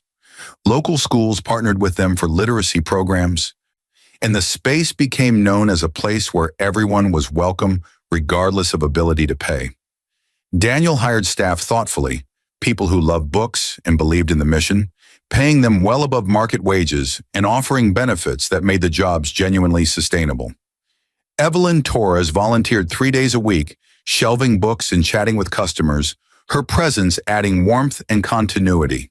The success was deeply satisfying, but Daniel knew it was just the beginning. With Marcus Webb's help, they'd identified locations in 4 other cities for similar projects. The Catherine Reeves Memorial Project was becoming real, a sustainable model for community-focused development that prioritized people over profit. They hired directors for each location, trained them in his mother's philosophy, and began the careful work of building something that would last beyond any individual. Whitfield helped Daniel establish a more formal foundation structure with a board and clear governance. They brought in people his mother had trusted, along with some of those she'd helped over the years. The foundation's mission was simple: invisible support for meaningful work that served communities rather than shareholders. It was exactly what Catherine Reeves had been doing privately, now scaled and systematized. Daniel found himself in meetings with major donors, philanthropists, and nonprofit leaders, all of whom were curious about this new foundation and its unusual approach. He spoke at conferences about his mother's philosophy, about dignity-preserving charity, about the difference between helping and controlling. Some people got it immediately, others looked at him like he was naive. He didn't mind either reaction. This work wasn't about converting everyone. It was about doing good where they could, how they could. About 6 months after the reopening, Daniel finally moved out of the hotel into a modest apartment in the neighborhood near the bookstore. It wasn't ostentatious, just a comfortable 2-bedroom with good light and a small office where he could work. He could have bought a mansion, could have moved to the wealthiest neighborhood in the city, but that felt wrong. His mother had lived simply despite vast wealth, and he understood why. Excessive luxury was distracting, isolating, a constant reminder of inequality that made it harder to connect with most people. He wanted to live in the community he served, to remain grounded in the reality most people inhabited. He furnished the apartment gradually, choosing pieces he actually liked rather than expensive statements. He learned to cook properly, something his mother had never taught him because she'd been too busy working. He adopted a dog from the shelter, a mutt named Charlie who'd been abandoned and needed a second chance. Life developed a rhythm that felt sustainable and meaningful. Mornings at the bookstore, afternoons in meetings about the foundation's work, evenings reading or walking Charlie, or occasionally having dinner with the friends he was making, people who knew nothing about his wealth, who liked him for who he was rather than what he had. It was a good life, the kind his mother had wanted for him. Victoria and Ryan had faded into the background of his life, their attempts at reconciliation gradually ceasing once they realized he was serious about moving on.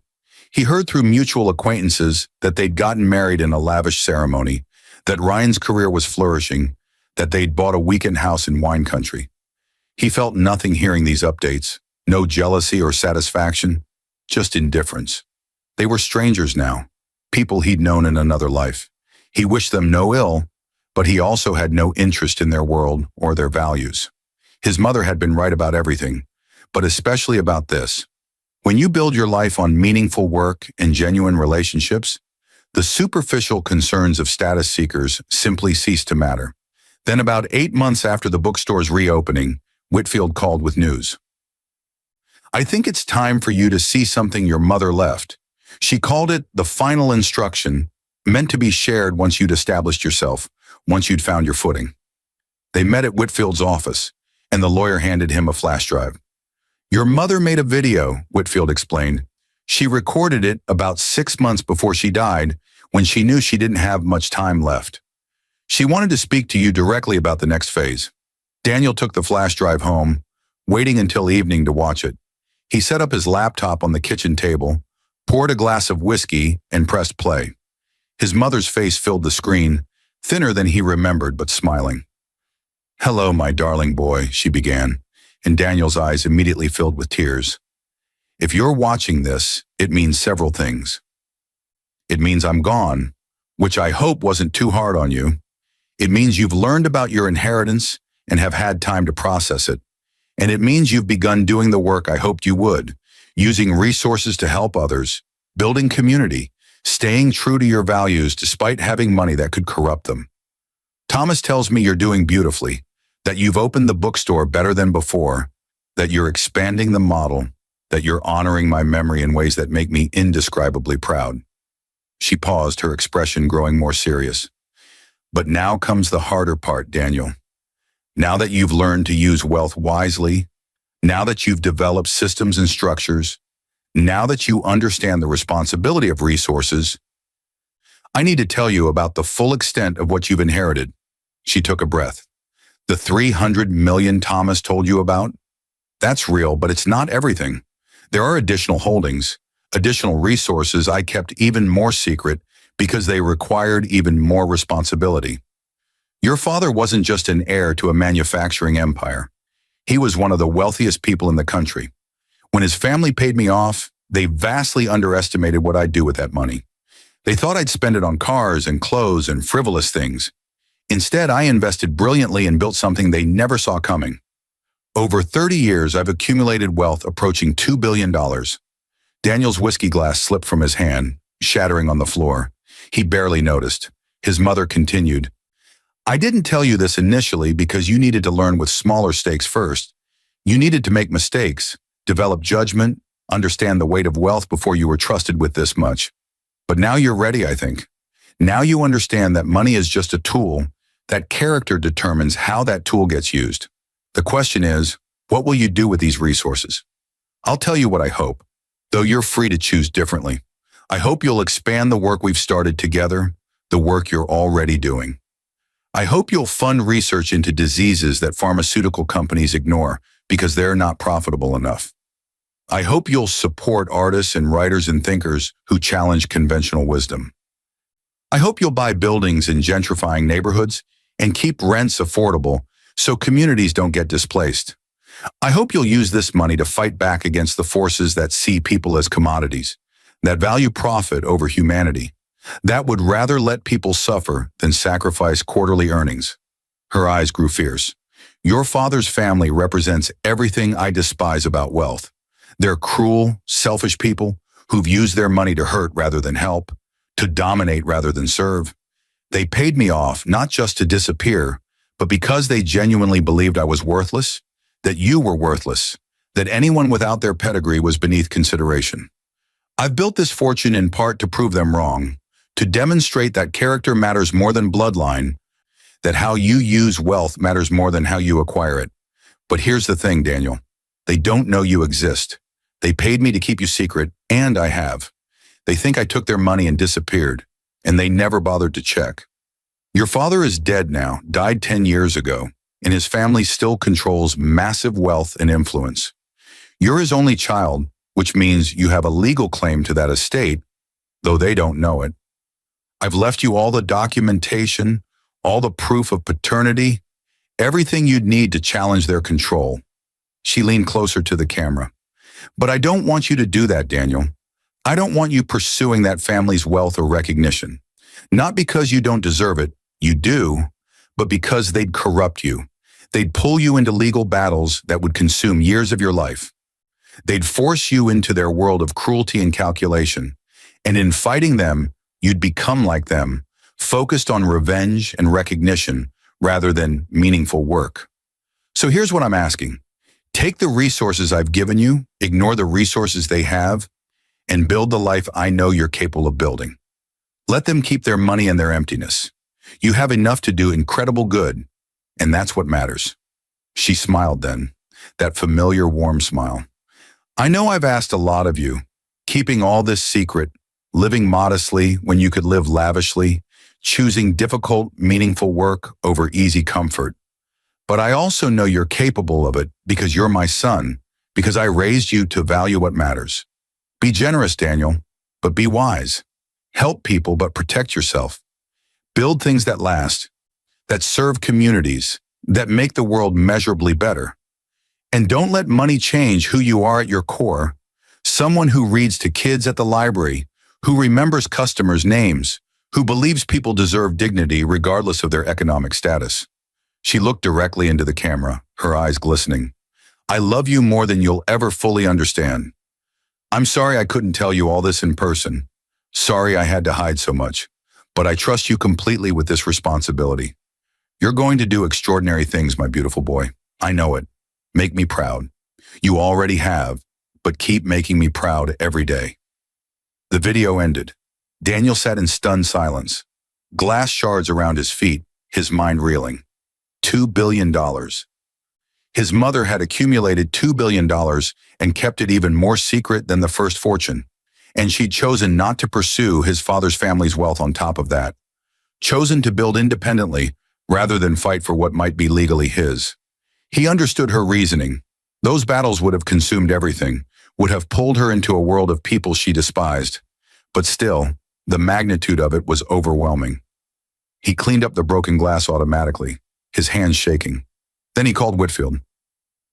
"Did you know?" he asked when the lawyer answered. "About all of it?" "Yes," Whitfield said gently. "Your mother told me everything. She wanted me to know so I could help you when the time came. Are you all right?" "I don't know," Daniel said honestly. It's too much. Your mother thought you were ready. She thought you'd proven yourself capable of handling wealth without letting it corrupt you. She was very deliberate about the timing." They talked for an hour, Whitfield explaining the structures Catherine had set up, the trusts and foundations and investment vehicles that controlled nearly $2 billion in assets. It was sophisticated and complex, built over decades with extraordinary skill. His mother hadn't just been smart, she'd been brilliant, a financial mind who'd outperformed most professional investors while maintaining complete anonymity. "What do I do with it?" Daniel asked finally. "What she asked you to do," Whitfield said. "Use it to make the world better.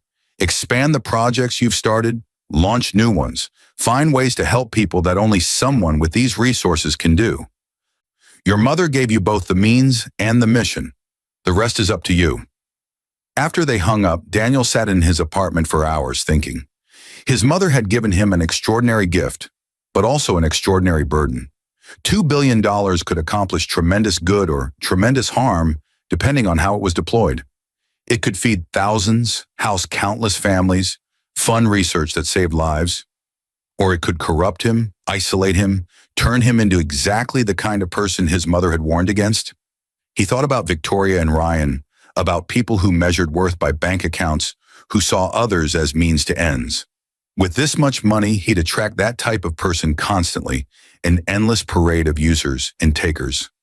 He'd need to be vigilant, careful, protected, but he'd also need to remain open, generous, willing to trust and help. It was a difficult balance, and his mother had managed it perfectly. He needed to learn how.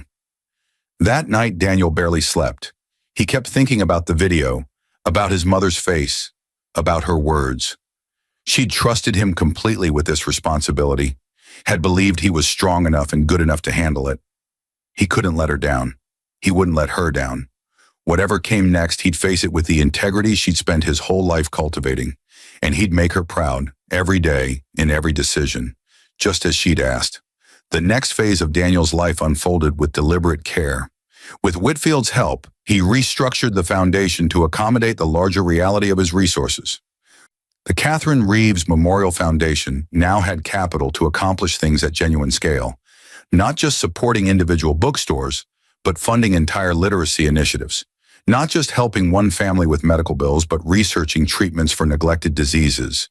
Not just preserving one community, but developing models for sustainable, affordable housing that could be replicated nationally. It was overwhelming and exhilarating in equal measure.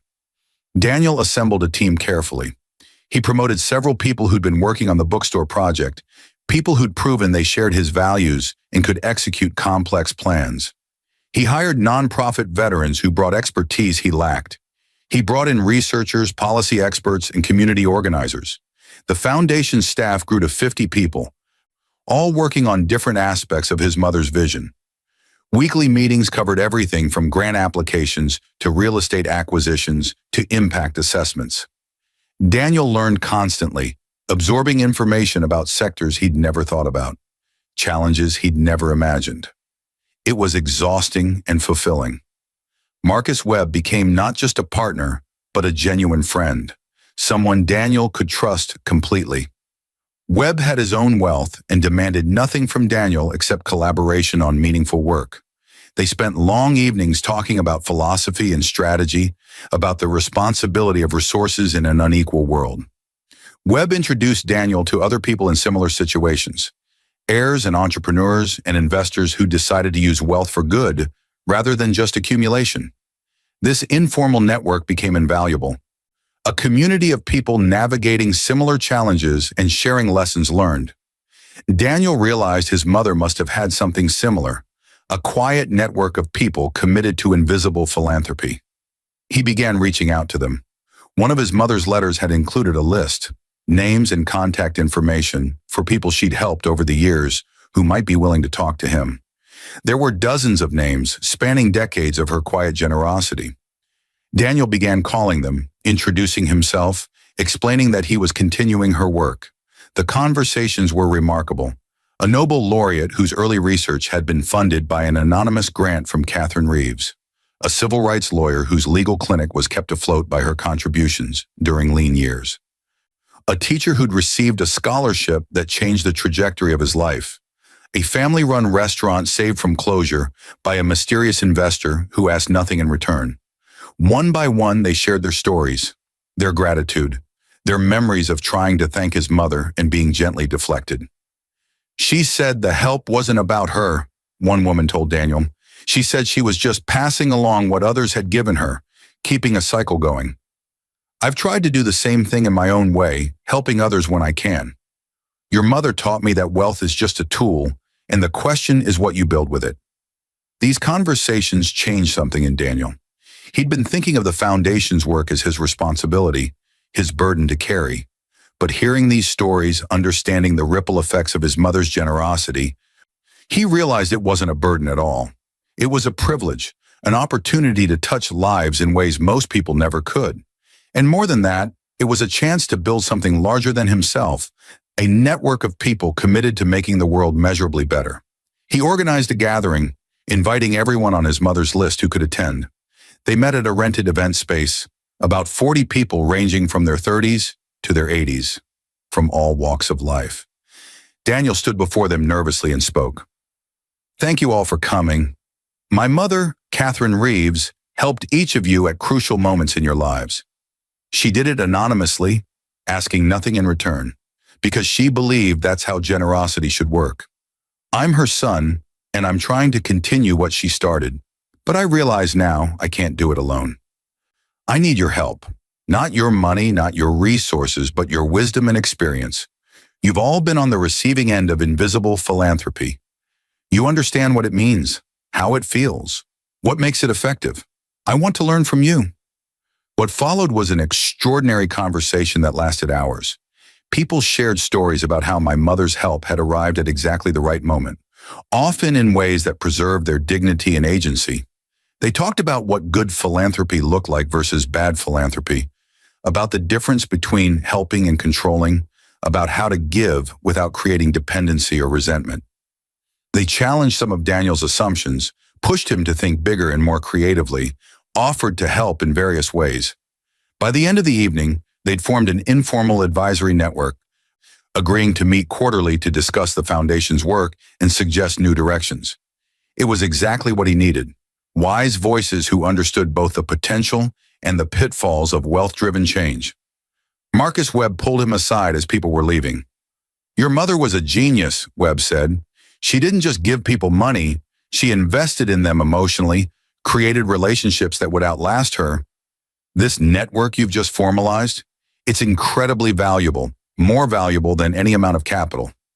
These people will tell you the truth, will challenge you, will keep you grounded. Don't lose this.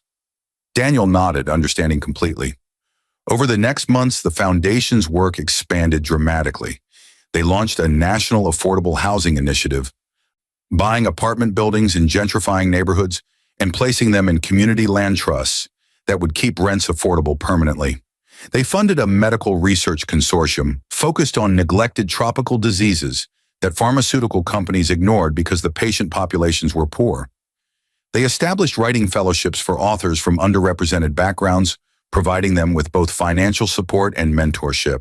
They created a small business rescue fund that helped independent bookstores, theaters, restaurants, and other community-serving businesses stay afloat against corporate competition. Each initiative was carefully designed to address real needs without creating problematic dependencies, to empower rather than control, to preserve dignity while providing support. The work was deeply satisfying, but Daniel remained careful about his public profile. Most of the foundation's grants and investments were made anonymously or through intermediary organizations. He gave occasional interviews about the Catherine Reeves Memorial Project's bookstore initiative, but he never discussed his personal wealth or the full scope of the foundation's work. He lived in his modest apartment, drove a normal car, dressed simply. To most people, he was just a nonprofit director, someone doing good work but not anyone particularly special. This anonymity was crucial for maintaining the kind of life he wanted to live. A few people in his life knew the truth.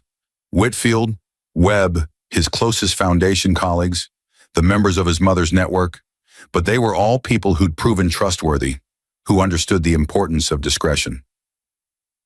Everyone else saw him as modestly successful, someone who'd recovered from early struggles to build something meaningful. It was exactly the image he wanted to project. Close enough to truth that it didn't feel like deception, but vague enough to avoid attracting the wrong kind of attention. About a year after the bookstore's reopening, Daniel's life had found a sustainable rhythm. The foundation was thriving, the various initiatives were producing measurable results, and he'd built a life that honored his mother's values while remaining manageable and meaningful. He was happy as he'd been since before his mother's death. And then Victoria and Ryan resurfaced, more aggressively than before.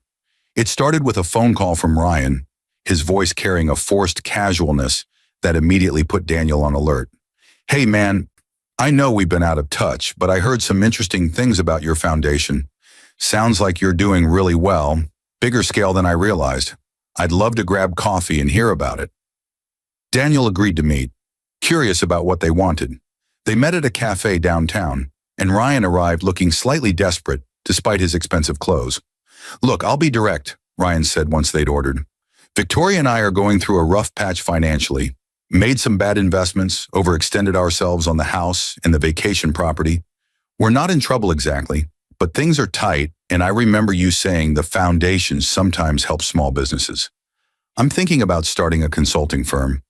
Wondered if there might be funding available for that kind of thing." The audacity was breathtaking. Daniel kept his expression neutral. "The foundation focuses on community-serving nonprofits and businesses. I'm not sure a consulting firm would qualify." Ryan leaned forward. "Come on, man. We're friends or we were. And you've clearly got resources now, more than anyone realized. Victoria and I, we made mistakes. We admit that. But we're not asking for charity, just an investment opportunity. We'd pay you back, with interest." "The foundation doesn't make personal loans," Daniel said carefully. "Everything goes through a formal application process with a review board. I don't have authority to just give money to friends." It wasn't entirely true. As the foundation's sole benefactor and board chair, he could technically do whatever he wanted, but he wasn't about to explain that to Ryan. Ryan's jaw tightened. "So that's how it is? You get money and suddenly you're too good for the people who knew you before?" Daniel finished his coffee standing. "I'm not too good for anyone, Ryan, but I also learned something important about who values me for me versus who values me for what I can provide. You've made your assessment pretty clear twice now. Once when you decided I wasn't worth your friendship or loyalty, and again just now when you decided I might be useful again. I'm not interested in being useful to you." He walked out, leaving Ryan staring after him angrily. Later that week, Victoria called. Her approach was different, more emotional. "Daniel, please, can we meet? I need to talk to you about something important." They met at the park where Daniel had sat after learning about his inheritance, the same benches where he'd processed his mother's death and his life's transformation. Victoria looked stressed, her usual polish slightly frayed. "I made a huge mistake," she began. "Not just leaving you, but everything after. Ryan's not who I thought he was. He's controlling and dismissive, and I realize now I gave up something real for something fake. I want to fix this, Daniel. I want us to fix this." Daniel listened quietly. Victoria continued, tears starting to flow. "I've been following your work, reading about the foundation. You're doing exactly what you always talked about, making a real difference. And I'm trapped in this life I thought I wanted, with someone who treats me like an accessory. I made such a terrible mistake. I'm sorry you're unhappy, Daniel said sincerely. I genuinely am. But Victoria, we're not getting back together. Her tears stopped abruptly, replaced by something harder. Why not? We were good together once. We could be good again. We were never actually good together, Daniel said gently. I loved who I thought you were, and you tolerated who I was while hoping I'd change into someone more impressive. When I didn't change fast enough, you left. Now you think I have changed, that I've become successful and worth your time. But I'm actually exactly the same person I always was. I just have money now. That's the only difference. Victoria's expression shifted, calculation replacing emotion. That's not true. You're different now, more confident, more established. I'm exactly the same, Daniel repeated. I care about the same things, value the same things, want the same kind of life. The only thing that's changed is your perception of my worth, and that tells me everything I need to know. You didn't leave me because we were incompatible. You left because you thought I was worthless. Now you think I'm worth something? But that's not love, Victoria. That's opportunism. She stood, anger flashing across her face. You're being incredibly self-righteous, you know that? People make mistakes. People grow and change their minds. But you're so obsessed with being the martyr, the noble victim, that you can't even consider forgiveness. Daniel stood as well, meeting her eyes calmly. This isn't about being a martyr. It's about understanding who people are when the stakes are low. You and Ryan both showed me exactly who you are when you thought I had nothing. You were cruel, dismissive, contemptuous. Now you're back because you think I have something you want. But I don't owe you access to my resources or my life just because you've changed your assessment of my value. Victoria's face twisted. You think you're so much better than us, don't you? You've got your little foundation and your moral superiority, and you look down on everyone who actually wants to succeed in life. Your mother raised you to be a sanctimonious loser, and apparently that worked perfectly. The insult to his mother cut deep, but Daniel kept his voice level. My mother raised me to value character over credentials, people over profit, meaning over money. If that makes me a loser in your eyes, then I'm grateful to be exactly that kind of loser. Goodbye, Victoria. He walked away, hearing her call after him, her voice shifting from anger to pleading and back again. He didn't look back. When he reached his car, his hands were shaking, not from hurt, but from something closer to relief. This was the final test, the last chance for either of them to prove they'd learned anything, grown in any way. They'd failed completely, revealing themselves to be exactly who his mother had warned him about. People who measured relationships by utility, who saw others as resources to exploit. That evening, Daniel called Whitfield. I need to finalize the divorce paperwork. Make sure Victoria gets exactly what she's entitled to under the original terms, which is nothing from my inheritance since we were already separated when I learned about it. And make sure Ryan's business consulting firm never accidentally gets any foundation funding.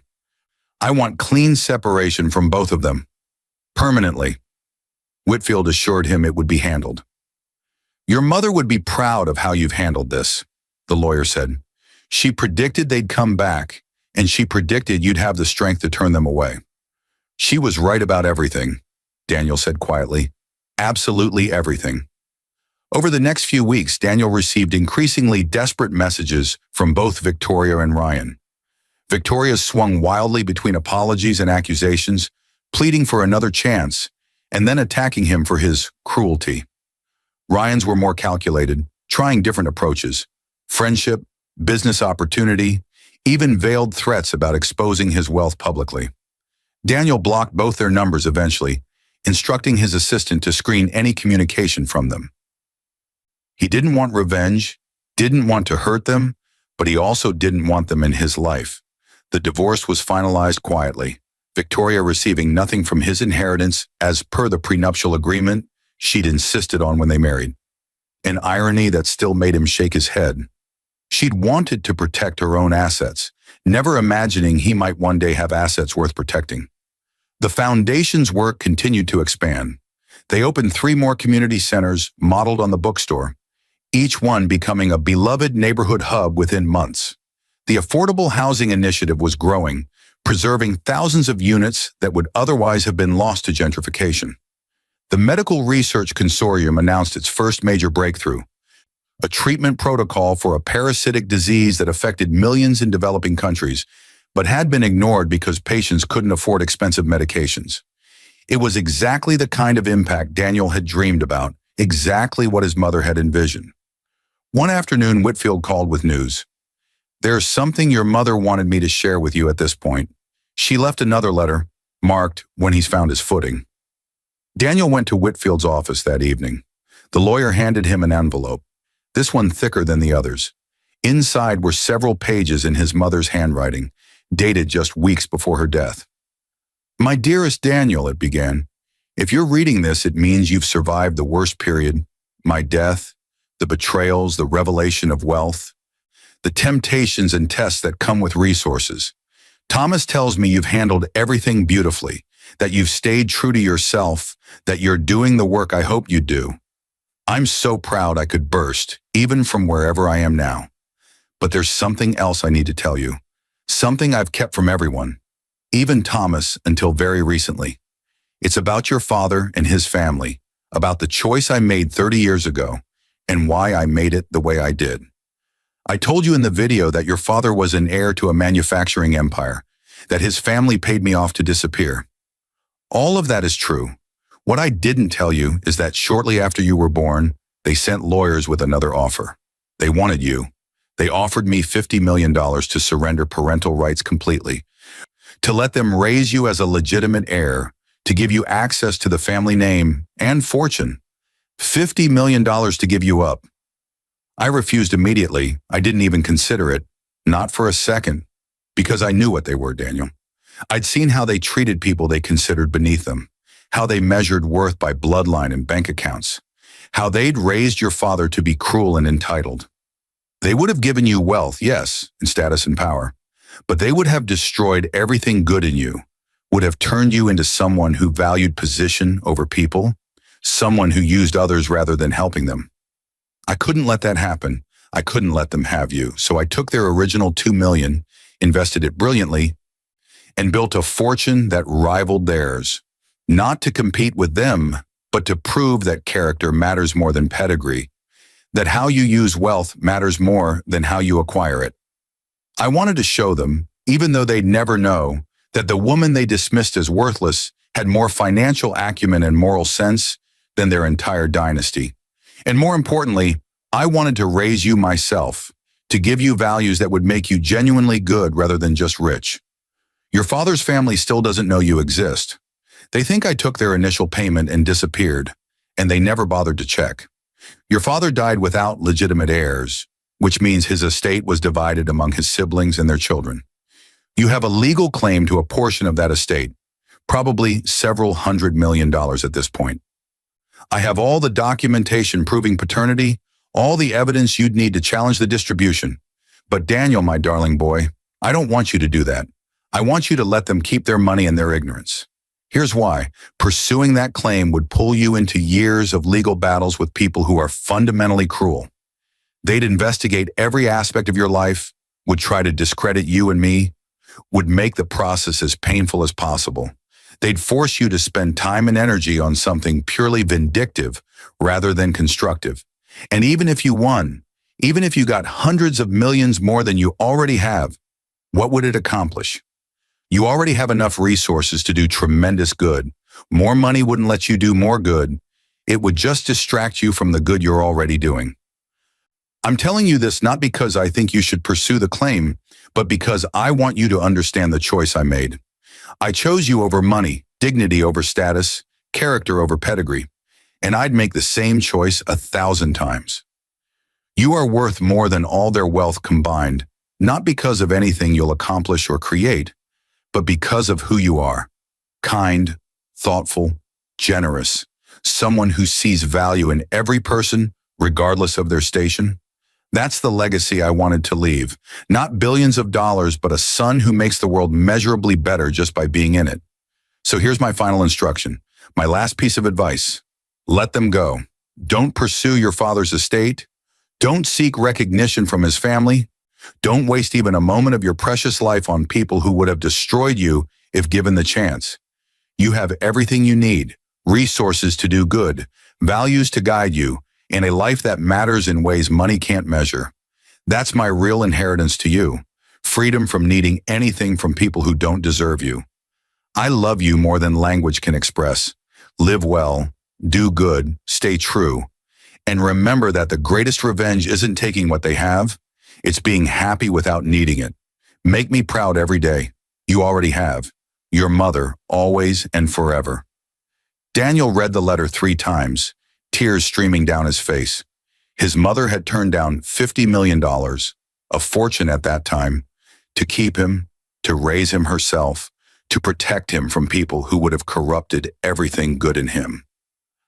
She'd chosen him over wealth, over ease, over status, and she'd built a fortune anyway, through her own brilliance and determination, proving that she was worth 100 of his father's family. The revelation was overwhelming.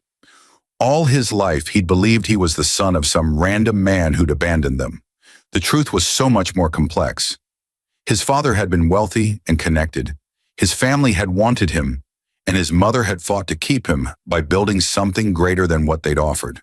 She'd outplayed them completely, and they never even knew the game had been played. Whitfield watched him process the information. She was adamant that you not pursue the paternal estate, the lawyer said gently. She made me promise to advise against it, but legally, you do have a claim if you ever choose to exercise it. Daniel shook his head firmly. No, she was right about everything else. She's right about this too. I don't need their money, don't want their recognition, don't want anything to do with people who tried to buy me like property. Let them keep their fortune and their ignorance. I have everything I need. Your mother predicted you'd say exactly that, Whitfield said with a slight smile. She said you'd choose meaning over money every time because that's who she raised you to be. Daniel folded the letter carefully, placing it back in the envelope. Another piece of his mother's wisdom, another gift from beyond the grave. She'd been preparing him for this moment his entire life, teaching him that worth came from character rather than credentials, that relationships mattered more than resources, that living well was the best revenge against people who tried to diminish you. He thought about Victoria and Ryan, about his father's family, about all the people who'd underestimated him or dismissed him or tried to use him. They'd all revealed themselves clearly, and he'd learned to see them for who they were. And now, with his mother's final instruction, he could finally close the door on all of them completely. No anger, no bitterness, no need for vindication, just clarity and peace. Thank you for everything, Daniel said to Whitfield, for honoring my mother's wishes, for guiding me through all of this, for being someone I can trust completely. Whitfield nodded. It's been an honor. Your mother was extraordinary, and you're continuing her legacy beautifully. She'd be so proud. Daniel left the office and walked through the city as dusk was falling. The streets were busy with people heading home from work, the city's rhythm steady and familiar. He thought about his mother walking these same streets years ago, pregnant with him, having just turned down $50 million to keep him, determined to build something better than what his father's family offered. The courage that took, the faith in herself and in him, was staggering. He pulled out his phone and looked at photos of her, images from throughout his life. His mother young and smiling, holding him as a baby. His mother at his high school graduation, beaming with pride. His mother at the bookstore's original opening, her arm around his shoulders, both of them hopeful about the future. She'd given him everything that mattered: love, values, purpose, and eventually resources to amplify those values. She'd been the best mother anyone could hope for, and he'd spend the rest of his life trying to honor her memory. As Daniel walked back toward his apartment, where Charlie would be waiting, where his modest but comfortable life continued, he felt something he hadn't felt in over a year: complete peace. The grief was still there. He'd always miss his mother, but the sharp edges had softened. In their place was gratitude, clarity, and a profound sense of purpose. He knew who he was, what he valued, and what he wanted to build with the resources and time he'd been given. The vultures had circled and been turned away. The betrayers had revealed themselves and been released. The truth about his origins had been shared and accepted. Now came the real work, the meaningful work, the work his mother had prepared him for his entire life. And he was ready. More than ready, he was grateful for the opportunity, humbled by the responsibility, and determined to make every day count in ways that honored her memory. Tomorrow he'd return to the foundation, to the staff and projects and communities counting on their work. He'd continue building spaces where people mattered, where dignity was preserved, where resources served need rather than greed. He'd expand the network his mother had started, help more people the way she'd helped so many. He'd live simply despite vast wealth, stay grounded despite increasing influence, remain kind despite knowing how cruel the world could be. He'd make her proud. Every single day, in every single decision, he'd make her proud. Not because he owed her, though he owed her everything, but because she'd shown him the best way to live. And that legacy, that gift of character and purpose and values, was worth more than all the money in the world. Daniel smiled, looking up at the darkening sky, imagining his mother somewhere watching, knowing she could see him clearly now, in ways she never could when she was alive. "I understand," he whispered. "I finally understand everything, and I'm going to make you so proud." Somewhere in the universe, he felt certain she was smiling back.